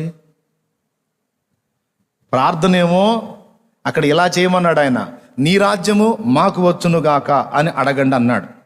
ఒకవేళ అలవాటుగా మనం అడిగినా మన విషయంలో మనమే రాజులం. కొంతమంది జీవితాల్లోనేమో సైతాను రాజుగా ఉంటాడు, కొన్ని జీవితాల్లోనేమో ఎవడికి వాడే రాజు. ఏ తల్లికి ఆ తల్లే రాజు. ఏంటి అంత స్వీయ పరిపాలన లేదా సైతాన్ పరిపాలన తప్పించి దేవుని పాలనకు మనం అనుమతిస్తే కదా ఆయన మన విషయంలో రాజు అయ్యేది. మీరు నన్ను యజమానుడు అంటారు, నాకు లోబడింది ఎక్కడ? మీరు నన్ను తండ్రి అంటారు, కానీ తండ్రిగా నాకు రావాల్సిన గౌరవం ఎక్కడ అని మలాకి గ్రంథంలో ప్రభు అడిగాడా? రాజు పాటలు కూడా పాడతాం. రాజా నీ భవనములో వేయింపవలు వేచియుందును. యేసు రాజా నీ భవనములో వేయింపవలు వేచియుందును. ఓకే, సూపర్ పాడతారు మీరు, నాకన్నా కూడా. ఇట్లా రాజా అనే పదం మీద బోల్డ్ అన్ని పాటలు ఉన్నాయి, మాటలు ఉన్నాయి. దేవుణ్ణి రాజుగా సంబోధిస్తాం, ప్రభువా అంటాం, ఆయన ప్రభుత్వానికి మాత్రం లోబడం. రాజా అంటాం, మన జీవితాలకి మనమే రాజులంగా ఉంటాం. ఇక్కడ కూడా పాఠం నేర్పుతున్నాడు. మీరు పవిత్రులై ఉంటే ఆయన నామం పరిశుద్ధపరచబడిద్ది. మీరు మీ జీవితంలోకి ఆయన్ని అనుమతిస్తే ఆయన మీకు రాజుగా ఉంటాడు. ప్రార్థన చేయండి అని చెబుతూ అందులో పాఠాలు నేర్పుతున్నాడు. మీ జీవితంలోకి ఆయన్ని రాజుగా అనుమతించండి, ఆయన్ని పాలించమని చెప్పండి. నీ చేతులు, నీ కాళ్ళు, నీ కళ్ళు, నీ చెవులు, నీ నాలుక, నీ సర్వ శరీరము సజీవ యాగముగా ఆయనకు అప్పచెప్పు. నిలువెల్ల నన్ను పాలించమని కోరుకో. ఈ మాట దేవదాసయ్య గారు చెప్పాడు. తనువు నాదిదిగోగై కొనుమియో ప్రభువాని పనికి ప్రతిష్ఠించుమీ. దిన దినములు క్షణములు తీసుకొని అవి నీదు ప్రవహింపజేయను. దేవునికి మహిమ. ఈ పాటలో 4వ చరణంలో నా ఇష్టం ఇదిగో ఇది నీ ఇష్టముగా చేయు, నా ఇష్టం ఇక కాదది, నా ఇచ్చయున్నట్టి నా హృదయం ఇదిగో నీకే ఇయ్యది రాజకీయ సింహాసనమవు. బా, నా హృదయాన్ని నీ రాజకీయ సింహాసనంగా చేసుకొని నన్ను పాలించు ప్రభువా అని కోరాడు. దేవా, నీ రాజ్యం మాకు వచ్చుగాక, రావాలి అనే ఆకాంక్ష నీకుంది. నీ రాజ్యం రావాలంటే ఎట్లా రావాలి? అసలు ముందు ఎవరు అవకాశం ఇస్తే వచ్చింది? మనం అవకాశం ఇస్తేనే. ఎంతమంది తమ జీవితాల్లోకి యేసురాజు రాజ్యాన్ని అనుమతించారండి? దేవుని కృప వల్ల మీరందరూ అనుమతించారు. ఆయన ఎలాలనే బాప్తిసం పొందారు, ఆయన పాలించాలనే అప్పచెప్పుకున్నారు. ఓకే, అయినప్పటికీ ఇంకా కొంత నీ సొంత పెత్తనం నడుస్తుండొచ్చు. ఇప్పుడు 2 రాజులు, సైతాను రాజ్యం, సైతాను గాడు పక్కకి వెళ్ళిపోయాడు, దేవుడు ఎంటర్ అయ్యాడు. దేవుడు నువ్వు చెరోగా సీట్ వేసుకొని కూర్చుంటారు. దేవుడు అంటాడు, పూర్తిగా నువ్వు కూడా ఖాళీ అయిపో, కంప్లీట్గా నేనే పాలించడానికి అవకాశం ఇవ్వు అంటాడు. నీ రాజ్యము మాకు వచ్చుగాక అంటే గవర్నమెంట్, జగన్ గారి గవర్నమెంట్, మోదీ గారి గవర్నమెంట్ లాగా గవర్నమెంట్ రావాలని కాదు. అది వచ్చింది 1000 ఏళ్ల నీతి పాలనలో. అది కాదు, ముందు మన జీవితాల్లో ఆయన రాజు కావాలి. మన జీవితాల్లో ఆయన రాజ్యము, ఆయన పాలన ఉండాలి. నువ్వు చేసే క్రియలను బట్టి అర్థమవుతుంది నిన్నెవరో పాలిస్తున్నారో. నిన్ను నువ్వు పాలించుకుంటున్నావో, సైతాను పాలిస్తున్నాడో, ప్రభువు నిన్ను పాలిస్తున్నాడో, నీ చర్యలే నీకు సాక్ష్యం. నేను అధిక ప్రసంగం చేయను, అయిపోయింది. నీ చర్యలే సాక్ష్యం నిన్నెవరు వెళ్తున్నారో. పాపం వెళ్తుందా, పరిశుద్ధత వెళ్తుందా, ప్రభు వెళ్తున్నాడా, సైతాన్ వెళ్తున్నాడా, నిన్ను నువ్వే ఏలుకుంటున్నావా, లేకపోతే నిన్ను మరొక మనిషి వెళ్తున్నాడా? ఎవరు వెళ్తున్నారో నీ చర్యలు, నీ పరిస్థితులు కొంచెం నువ్వు ఎక్స్రే చేసుకుంటే నీకు ఇట్టే అర్థమైంది. దానికి నేను అధిక ప్రసంగం చేయాల్సిన అవసరం లేదు. అయిపోయింది 2. ఓకే, 3 నీ చిత్తము పరలోకమందు నెరవేర్చున్నట్లు భూమి యందును నెరవేరును గాక. అంటే భూమి లోపల, భూమి యందు నెరవేరును గాక అంటే ఎవని యందు? మన యందే. దేశం అంటే మట్టి కాదోయ్, గట్టిగా చెప్పండి. భూమి అంటే మట్టి కాదోయ్, భూమి అంటే మనుషులోయ్. నీ చిత్తం పరలోకమందు నెరవేరినట్లు భూమి యందును నెరవేరును గాక అంటే అర్థం ఏమిటంటే, అక్కడ నీ చిత్తమునకు పరిశుద్ధులందరూ లోబడినట్లు ఇక్కడ మేమందరము కూడా లోబడినట్లు మాకు కృపనిమ్మని వేడుకోమంటున్నాడు. అలా ప్రార్థించండి, అలా లోబట్టానికి కూడా ప్రయత్నించండి. అయ్యా, ఆయన రాజ్యం మాకెందుకు, ఆయన చిత్తం మాకెందుకు, ఏదో మా తిప్పలు మేము పడతాం అని మీరు అంటే మీరు దరిద్రులై ఉందురు అంటాడు, మీరు వేదనామయులై ఉందురు అంటాడు. అదేంటి ప్రభా అంటే, అవునరా నాయనా, మీరు ఈ లోకంలోనే పరలోక ఆనందాన్ని అనుభవించాలంటే, ఈ లోకంలోనే పరలోకంలో ఉన్న నెమ్మదిని స్వతంత్రించుకోవాలంటే, ఈ కఠినమైన శ్రమలు కొలిమిలో ఉండి కూడా దేవుని నెమ్మదిని మీరు స్వతంత్రించుకోవాలి అంటే తప్పకుండా ఆయన చిత్తమే మీ జీవితంలో అనుమతించబడాలి. దీనికి ఎన్నో పర్యాయాలు చెప్పా, మళ్ళీ చెప్తా. పరలోకంలో ఏడుపుందా? అందరు నోరు తెరిచి చెప్పండి. ఏడుపుందా? దుఃఖం, ఆకలి, అగచాట్లు, కన్నీళ్ళు, ఈర్ష్యాద్వేషాలు, అసూయ, మత్సరాలు, దొంగతనాలు ఉన్నాయా? ఏమన్నా అక్కడ? ఇవి ఏమున్నా అది పరలోకం కాదు, నరలోకం అయింది. పరలోకములో ఏముంది? నిత్యానందం, నిత్య సంతోషం. పరలోకంలో సమాధానం ఉంది, నెమ్మది ఉన్నది. పరలోకంలో, ఈ లోకంలో ఉన్న దుఃఖ రహస్యాలు ఏవి కూడా అక్కడ లేవు. ఓకేనా? సూపర్గా ఉంది. ప్రాణం పోకుండా ఫ్లైట్ దేవుడే ఫ్రీగా పెడితే ఇక్కడ నుంచి పరలోకానికి ఎంతమంది ఎక్కుతారు? ఒకసారి చేయొద్దండి.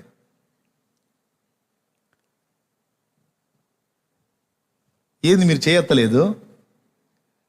ప్రాణం పోకుండా ఫ్లైట్ దేవుడే ఫ్రీగా పెడితే, విమానం ఫ్రీగా దేవుడే పెట్టి, అరే ఎక్కిరండి అబ్బాయి మొత్తం పరలోకి రండి అని పిలిస్తే ఎంతమంది పోవడానికి రెడీగా ఉన్నారు? నేనైతే 2 చేతులు ఎత్తా, సూపర్గా రెడీగా ఉన్నాను నేను. ఇప్పుడు ఎత్తుతారు మీరు, నాకు తెలుసు. కొంతమంది చేతులు ఎత్తలే. ఏవయ్యా దేవుడు ఫ్లైట్ ఇచ్చిందా ఎక్కరా? అంత బాగుందా ఇది? అది బాగుంటుందా ఇది బాగుంటుందా? పెద్దగా చెప్పాలి. మరి చేతులు ఎత్తలేదేంది అంటే మీకు ఇదే బాగుందన్నమాట, ఎగసాట్లు మరి జీవితం ఏంది? ఈ నిందలు అవమానాలు ఈ దరిద్రం అంతా ఏడే బాగుందన్నమాట. లేదన్నా నాకు విసుగు పుట్టింది, ప్రాణం పోకుండా కాదు, దేవుడు ప్రాణం తీసుకున్నా సరే పోదామని రెడీగా ఉన్నాను అనేవాళ్ళు కూడా కొంతమంది ఉన్నారు మీలో. ఎంతమంది ఇప్పుడు చెప్పండి, చేతులు ఎత్తండి ఎంతమంది? దేవుడు ఫ్లైట్ పెట్టి ప్రాణం పోకుండా డైరెక్ట్గా పరలోకి వచ్చేయండి అన్న అంటే ఎంతమంది ఎక్కడానికి రెడీగా ఉన్నారు? మార్కన్నా. దేవునికి మహిమ. రెడీనా? మీరు ఎత్తలేంది, మీరు వెళ్ళరా? అందరు రెడీ. ఎందుకు వెళ్దాం అనుకుంటున్నారు? ఈ దరిద్రాలు ఏవి ఆడ ఉండవు. ఈ ఏడుపులు, ఈ పెడబొబ్బలు, ఈ గందరగోళాలు, ఈ హింసలు ఏవి అక్కడ ఉండవు. ప్రశాంతంగా ఉంటుంది దేవుని సన్నిధి. సూపరు. కావాలన్నీ అన్నీ కూడా దేవుడు అన్నీ మనకి సమృద్ధిగా ఉంచి పెడతాడు. బాగుంటుంది అక్కడ. అసలు ఏంది మీరు ఇంత అనుమానించారింది? వెంటనే చేయొత్తుతారని నేను ఆసక్తిగా ఎదురు చూస్తే అసలు చేయొత్తలేదేంది మీరు అసలు కొంతమంది? ఇప్పుడు అర్థమవుతుంది మీరు భూలోకాన్ని ఎంత ప్రేమిస్తున్నారు. ఏముందండి ఇక్కడ? దుఃఖం, ఏడుపు, వేదన, ఇదే కదా. అక్కడ నీతోనే నా నివాసము, నిత్యము ఆనందమే, నీతోనే నా నివాసము, నిత్యము ఆనందమే, సియోనులో స్థిరమైన పునాది నీవు. దేవునికి మహిమ. అక్కడ అంత బాగుందా? ఇక్కడ ఎట్టుంది? ఇప్పుడన్నా చెప్పండి, నా కోరిక తీర్చండి. ఎంతమంది పరలోకాన్ని ఆశిస్తున్నారు చెప్పండి? మీకు దండం పెడతా చెప్పండి. అందరూ ఆశిస్తున్నారా? ఎందుకని? అక్కడ ఆ రాజ్యమే వేరుగా. ఇప్పుడు ఒక ప్రశ్న, అది అంత బాగుంటానికి కారణం ఏంది? కంప్లీట్గా అక్కడ దేవుని చిత్తమే నెరవేరుతుంది. కంప్లీట్గా ఆయన ఏది చెప్తాడో అదే జరుగుతుంది అక్కడ. అందుకనే అది అట్లా ఉంది. మరి ఇది ఎందుకు ఇట్లా తగలబడింది? ఇక్కడ ఆయన చెప్పింది జరగదు, ఇక్కడ సైతాన్ చెప్పిందనో మనం చెప్పింది జరిగింది. ఇక్కడ సొంత పెత్తనం కదా. అందుకే ఈ లోకం ఎట్ట తగలబడింది, మన బతుకులు కూడా ఇంతే తగలబడ్డాయి. అర్థమైతే ధన్యులే. అట్లా కాకుండా మన బ్రతుకుల్లో కూడా తండ్రి చిత్తము జరిగితే, దేవుడు రాజుగా ఉండి మనల్ని పాలిస్తే, ఈ లోకంలో ఉండగానే పరలోక ఆనందాన్ని అనుభవించగలం. అదే దైవజనుడు పాడింది. దివిలోనున్న ఆనందమును ధరణిలో నేను అనుభవింప, మహిమాత్మతో నన్ను నింపితివా. దివిలోనున్న ఆనందమును ధరణిలో నేను అనుభవింప, మహిమాత్మతో నన్ను నింపితివా, మహిమాత్మతో నన్ను నింపితివా. దేవునికి మహిమ. దివిలో ఉన్న ఆనందాన్ని భూమిలో అనుభవించాలి అంటే గత్యంతరం లేదు. దేవుని చిత్తం నీలో నెరవేరితేనే. ఆయన చిత్తానికి అడుగడుగున నువ్వు లోబడి ఆయన చిత్తానికి వ్యతిరేకంగా అడుగులు వేయకుండా ఆయన చిత్త ప్రకారం ఇది దేవుడు అంగీకరిస్తాడా లేదా అని అన్ని విషయాల్లో జాగ్రత్తగా దేవుణ్ణి, వాక్యాన్ని, ఆయన చిత్తాన్ని గుర్తించి అడుగులేస్తే ఎంత పెను తుఫానుల్లో సైతం ప్రశాంతత అనుభవించగలవు నువ్వు. కన్ఫామ్. నచ్చితే ఫాలో అవు. అది 3వ మాట. ఇక 4వ మాట, మాకు కావలసిన అనుదిన ఆహారము నేడు మాకు దయచేయుము. అనుదిన ఆహారము అంటే మనిషికి ఒక ఆహారం సరిపోతుంది, ఇది లోక సంబంధికి. కానీ ఆత్మ సంబంధికి 2 విధములైన ఆహారం కావాలి. ఒకటి దేహానికి ఆహారం, 2 ఆత్మకు ఆహారం. శరీరానికి ఆహారం అంటే బోల్డ్ అంతా మనకు తెలుసు కదా, మనం తినేయన్నీ. ఆత్మకు ఆహారం దేవుని వాక్యం. ఆయన వాక్యమే మన ఆత్మకు ఆహారం. శరీరం బాగా బలంగా దృఢంగా ఉండాలి అంటే అప్పణంగా అన్ని తినాలి, అంతేనా? ఆత్మ దృఢంగా బలంగా ఉండాలి అంటే అప్పణంగా అన్ని తినటానికి లేదు, దేవుని వాక్యమే తినాలి. మళ్ళీ పాడతా. నీ వాక్యమే నా పరవశము, నీ వాక్యమే నా ఆత్మకు ఆహారము, నీ వాక్యమే నా పరవశము, నీ వాక్యమే నా ఆత్మకు ఆహారము, నీ వాక్యమే నా పాదములకు దీపము, నీ వాక్యమే నా పాదములకు దీపము, నీ వాక్యమే నా పాదములకు దీపము. నా స్తుతి పాత్రుడా నా యేసయ్యా, నా ఆరాధనకు నీవే యోగ్యుడవయ్యా, నా స్తుతి పాత్రుడా నా యేసయ్యా. దేవునికి స్తోత్రం. ఇది కూడా వినండి. మాకు కావలసిన అనుదిన ఆహారం ఒక సంవత్సరానికి ప్రభువా అనలా. మాకు కావలసిన ఆత్మీయ ఆహారం కూడా ఒక సంవత్సరానికి ప్రభువా అనలా. ఇశ్రాయేలు కూడా మన్నాను డైలీ ఇచ్చాడు, ఏ రోజుకు ఆ రోజే కూర్చుకోమన్నాడు.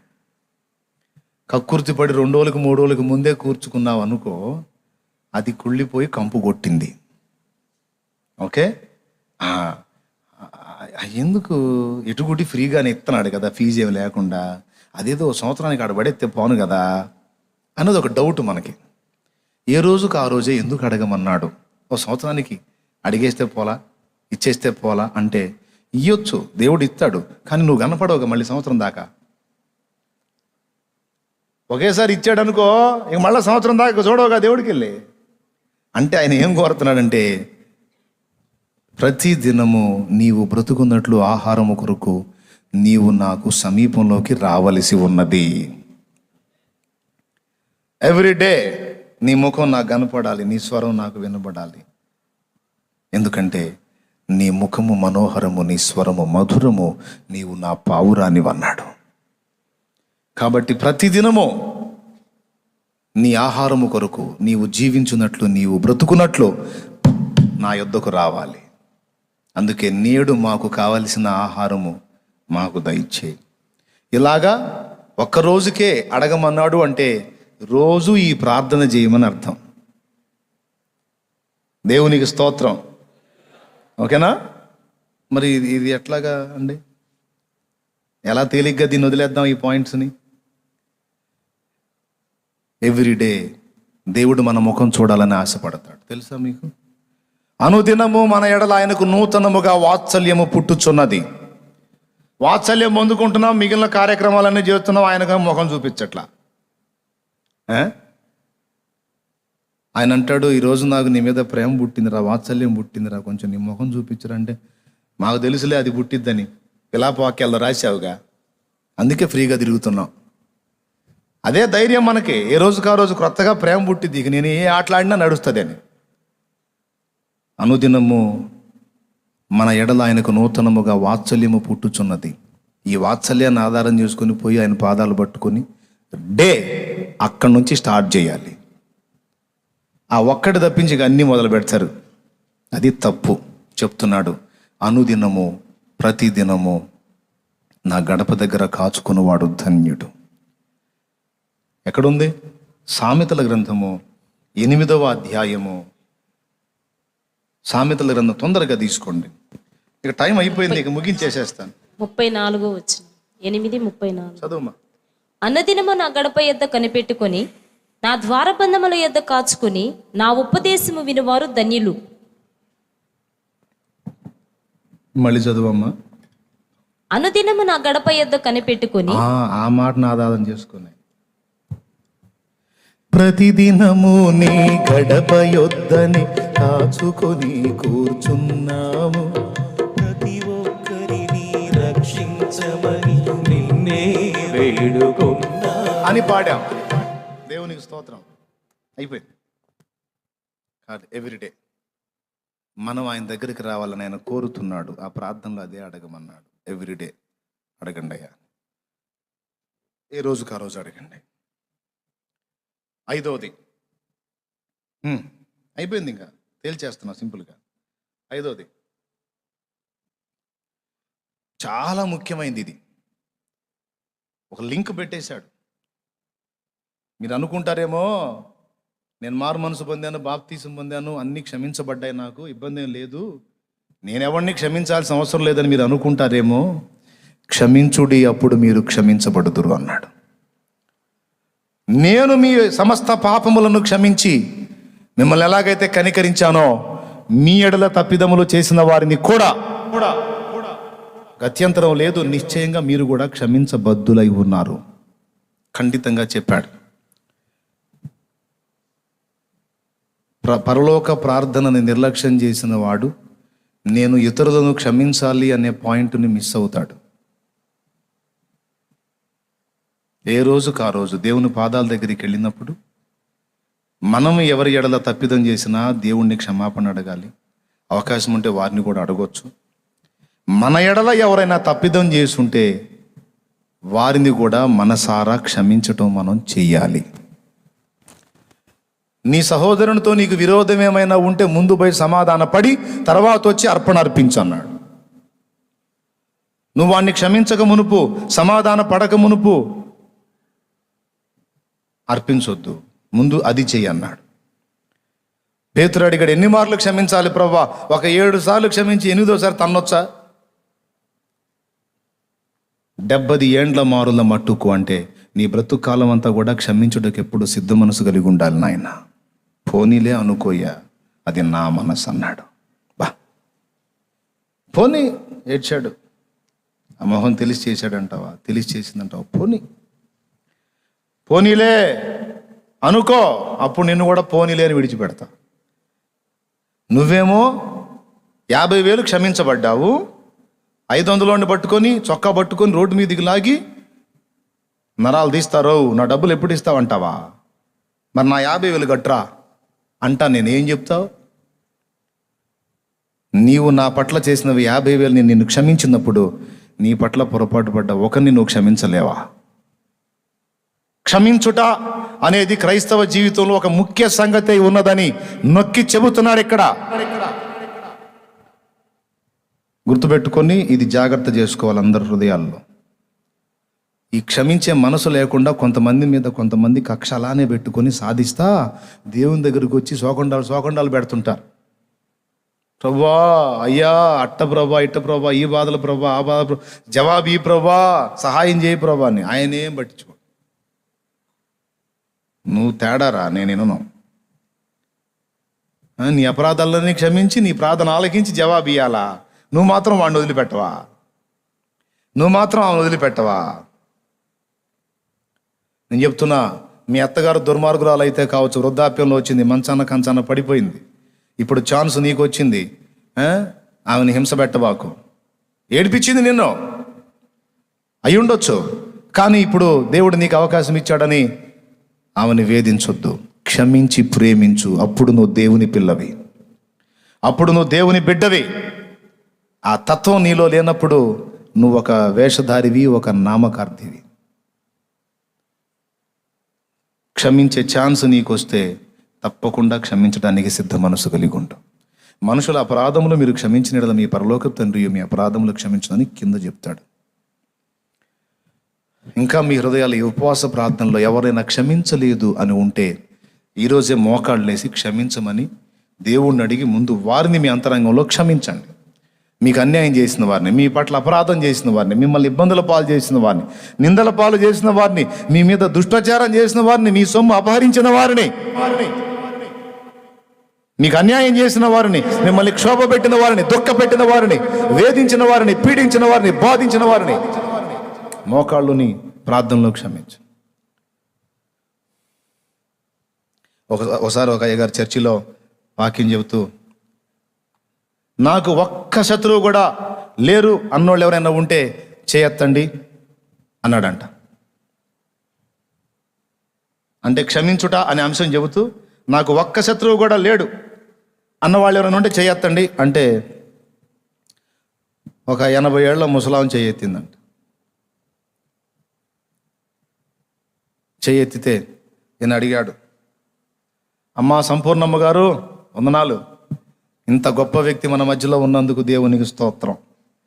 ఇంతమందిలో ఎవరూ చేయెత్తలేదు, ఒక్క తల్లి ఎత్తింది, సంతోషం. సంపూర్ణమ్మ గారు మీకెవరూ శత్రువులు లేరా అని అడిగాడట. అప్పుడు సంపూర్ణమ్మ గారు అన్నారు, లేరు నాయన, మొత్తం చచ్చిపోయారు అందట. దేవునికి స్తోత్రం కలుగును గాక. బతుకుంటే శత్రువులే, చచ్చారు కాబట్టి శత్రువులు లేరు. అంటే ఈయన ఎట్ట చెబితే ఆమెకు అట్ట అర్థమైంది.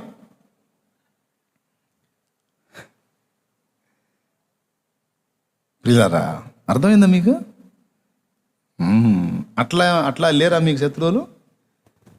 లేకపోతే నిజంగానే నేను హృదయపూర్వకంగా నా శత్రువులను సైతం క్షమించానన్నా, నాకెవరి మీద పగలేదు, ద్వేషం లేదు, క్షమించానన్నా నేను, దేవుడు నాకు ఆ మనసు ఇచ్చాడు, పోనీలే అనుకుంటానన్నా, నేను సాధించాలనుకోను, వేధించాలనుకోను, నన్ను ఇబ్బంది పెట్టినా నేను వాళ్ళని ఇబ్బంది పెట్టకూడదనే మనసు నేను సాధన చేస్తున్నానన్నా అన్నోళ్ళు చేయొత్తండి. చాలా ఇష్టం యేసయ్యకి ఆ మనసు, పోనీలే అనుకునే మనసు యేసయ్యకి చాలా చాలా ఇష్టం తమ్ముడు. దాన్ని మనం సాధన చేయాలి. క్రైస్తవ్యం అంతటికి కూడా ఆయువు పట్ల లాంటి అంశం క్షమాపణ. మారు మనసు పొంది బాప్తీసం దేనికి అసలు? ఆ క్షమాపణ ఎవరు ఇస్తున్నారు నీకు? ఇయ్యకపోతే నరకంలో మన దినం తద్దినం మొత్తం జరుగుతాయి. అంటే మన రక్షణ మొత్తం కూడా ఆయన క్షమాగుణం మీదే ఆధారపడి ఉంది. దేవుని గుణం క్షమించే గుణం అయినప్పుడు ఆయన పిల్లలంగా మనం కూడా ఆ గుణాన్ని కలిగి ఉండాలని ఇక్కడ వెల్లడి చేస్తూ ఉన్నాడు. ఎంత బ్లంట్గా చెప్తాడంటే, మనుషుల అపరాధములను మేము క్షమించి ఉన్న ప్రకారం నీవు మా అపరాధములు క్షమించు. అంటే క్షమిస్తే మమ్మల్ని క్షమించు, క్షమించకపోతే మమ్మల్ని శిక్షించు అని మన చేతే చెప్పిస్తున్నాడు ఆయన. నేను జాగ్రత్తగా ప్రార్థన చేస్తాను, అయ్యా ఎవరినన్నా క్షమించలేదేమో, ఇతరులను క్షమించే గుణం నాకు ముందు ఇచ్చి, ఇతరులను క్షమించే మంచి సుబుద్ధి నాకు ఇచ్చి, నీ బుద్ధి నాకు ఇచ్చి నా దోషాలు క్షమించు ప్రభువా. జాగ్రత్త చేసుకుంటా అవకాశం ఉన్నంత వరకు. దేవుని దయ వల్ల నేను చెప్పగలను, సైతాన్ తప్ప నాకు శత్రువులు ఎవరు లేరు, దురాత్మలు తప్ప నాకు శత్రువులు ఎవరు లేరు. మనుషులుగా ఎవరిని కూడా శత్రువులని నేను తలంచలేదు. స్తోత్రం. నా గురించి భయంకరంగా దూషించే వాళ్ళు ఉన్నారు, ద్వేషించే వాళ్ళు ఉన్నారు, నిందా ప్రచారాలు చేసిన వాళ్ళు ఉన్నారు. ఎన్నన్నా చేయండి, నేను మనస్ఫూర్తిగా దేవుని ముందుకు వెళ్ళినప్పుడు నా హృదయం ఎలా ఉందో దేవుడు తెలుసుగా ఖాళీ పెట్టుకుంటా. ఎవరి మీద పగ సాధిద్దామని కానీ, కక్ష సాధిద్దామని కానీ, వాళ్ళు అలా చేసినప్పుడు నేను వాళ్ళని ఎందుకు వదిలిపెట్టాలో, నేను ఎలానే చేస్తానని అనుకోవటం కానీ నో, లేదు. దాన్ని అభ్యాసం చేసుకున్నా. నీకు కూడా అదే చెప్తున్నా. పరలోక ప్రార్థనలో ప్రభు 5వదిగా ఇది నేర్పుతున్నాడు. 6వది, మమ్మను శోధనలోనికి తేక దుష్టుని నుండి కీడు నుండి తప్పించుము. ఈ ఒక్క మాట, ఇంక టైం కూడా అయిపోయింది. మమ్మను శోధనలోనికి తేక దుష్టుని నుండి కీడు నుండి తప్పించుము. ఈ ఒక్క మాట జాగ్రత్తగా వినండి, ఇది ఇంపార్టెంట్. శోధన 2 రకాలు. శోధన 2 రకాలు. దేవుని చిత్తానుసారంగా దేవుని అనుమతితో మన విశ్వాసాన్ని, నిరీక్షణను పరీక్షించడానికి మనకు దేవుడు అనుమతించే శోధనలు. ఇబ్బంది పెట్టడానికి సైతానికి అవకాశం ఇస్తాడు ఆయనే. దేవుని అనుమతితో, దేవుని అవకాశంతో, దేవుని ఆమోదంతో వచ్చేటువంటి శోధనలు, పరిశోధనలు ఒక రకం.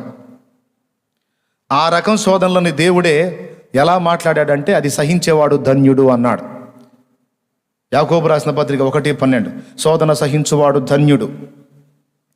దేవుణ్ణి మనం ప్రేమిస్తున్నామా లేదా, ఎంత ప్రేమిస్తున్నాం, ఎంతవరకు దేవుని పట్ల విశ్వాసాన్ని కలిగి ఉండగలం, ఎంతవరకు నిరీక్షించగలం. అలా దేవుని పట్ల మనకున్న ప్రేమకి, విశ్వాసానికి, నిరీక్షణకు పరీక్షలు, కొన్ని శోధనలు వస్తాయి. ఈ టైపు శోధనలు ఒకటి. శోధనలు 2 రకాలు, డివైడ్ చేసి రాసుకోండి. ఈ శోధనల విషయంలో అవి పొంది మీరు నిలబడితే ధన్యులు అని వ్రాయబడి ఉంది. ఇది యాకోబు రాసిన పత్రిక 1వ అధ్యాయం 1వ వచనంలో కూడా మీరు చూస్తే, నా సహోదరులారా, మీ విశ్వాసమునకు కలుగు పరీక్ష ఓర్పును పుట్టించునని ఎరిగి మీరు నానా విధములైన శోధనలో పడినప్పుడు అది మహానందమని ఎంచుకునుడి. ఇక్కడ శోధనల్లో పడితే మహానందం అని ఎంచుకోమన్నాడు. శోధన సహించేవాడు ధన్యుడు అన్నాడు. అక్కడ యేసయ్య ఏం చెబుతున్నాడు? మేము శోధనలో ప్రవేశించకుండాన్నట్లు దుష్టుని నుండి, కీడు నుండి మమ్మల్ని తప్పించు అంటున్నాడు. శోధన తప్పించమని ప్రార్థన చేయమని ఆయన అంటున్నాడు. ఇక్కడ యాకోబు గారేమో శోధనలో మీరు పడితే మహానందం అన్నాడు. ఆ శోధన ఏంది, ఈ శోధన ఏంది? ఒక శోధనేమో మనకొచ్చే 2 రకాల శోధనల్లో ఒక శోధనేమో మనల్ని సంపూర్ణులుగా చేస్తుంది. స్తోత్రం. ఒక శోధన రాసుకో. ఒక శోధనేమో మనల్ని సంపూర్ణులుగా చేయటానికి వస్తుంది. ఒక శోధనేమో మనల్ని పూర్తిగా పతనం చేయటానికి వస్తుంది. మనల్ని సంపూర్ణులుగా చేయటానికి వచ్చే శోధన దేవుని అనుమతి ద్వారా వస్తుంది. అర్థమైందా? మనల్ని పతనం చేయటానికి వచ్చే శోధన మన అనుమతి ద్వారా వస్తుంది.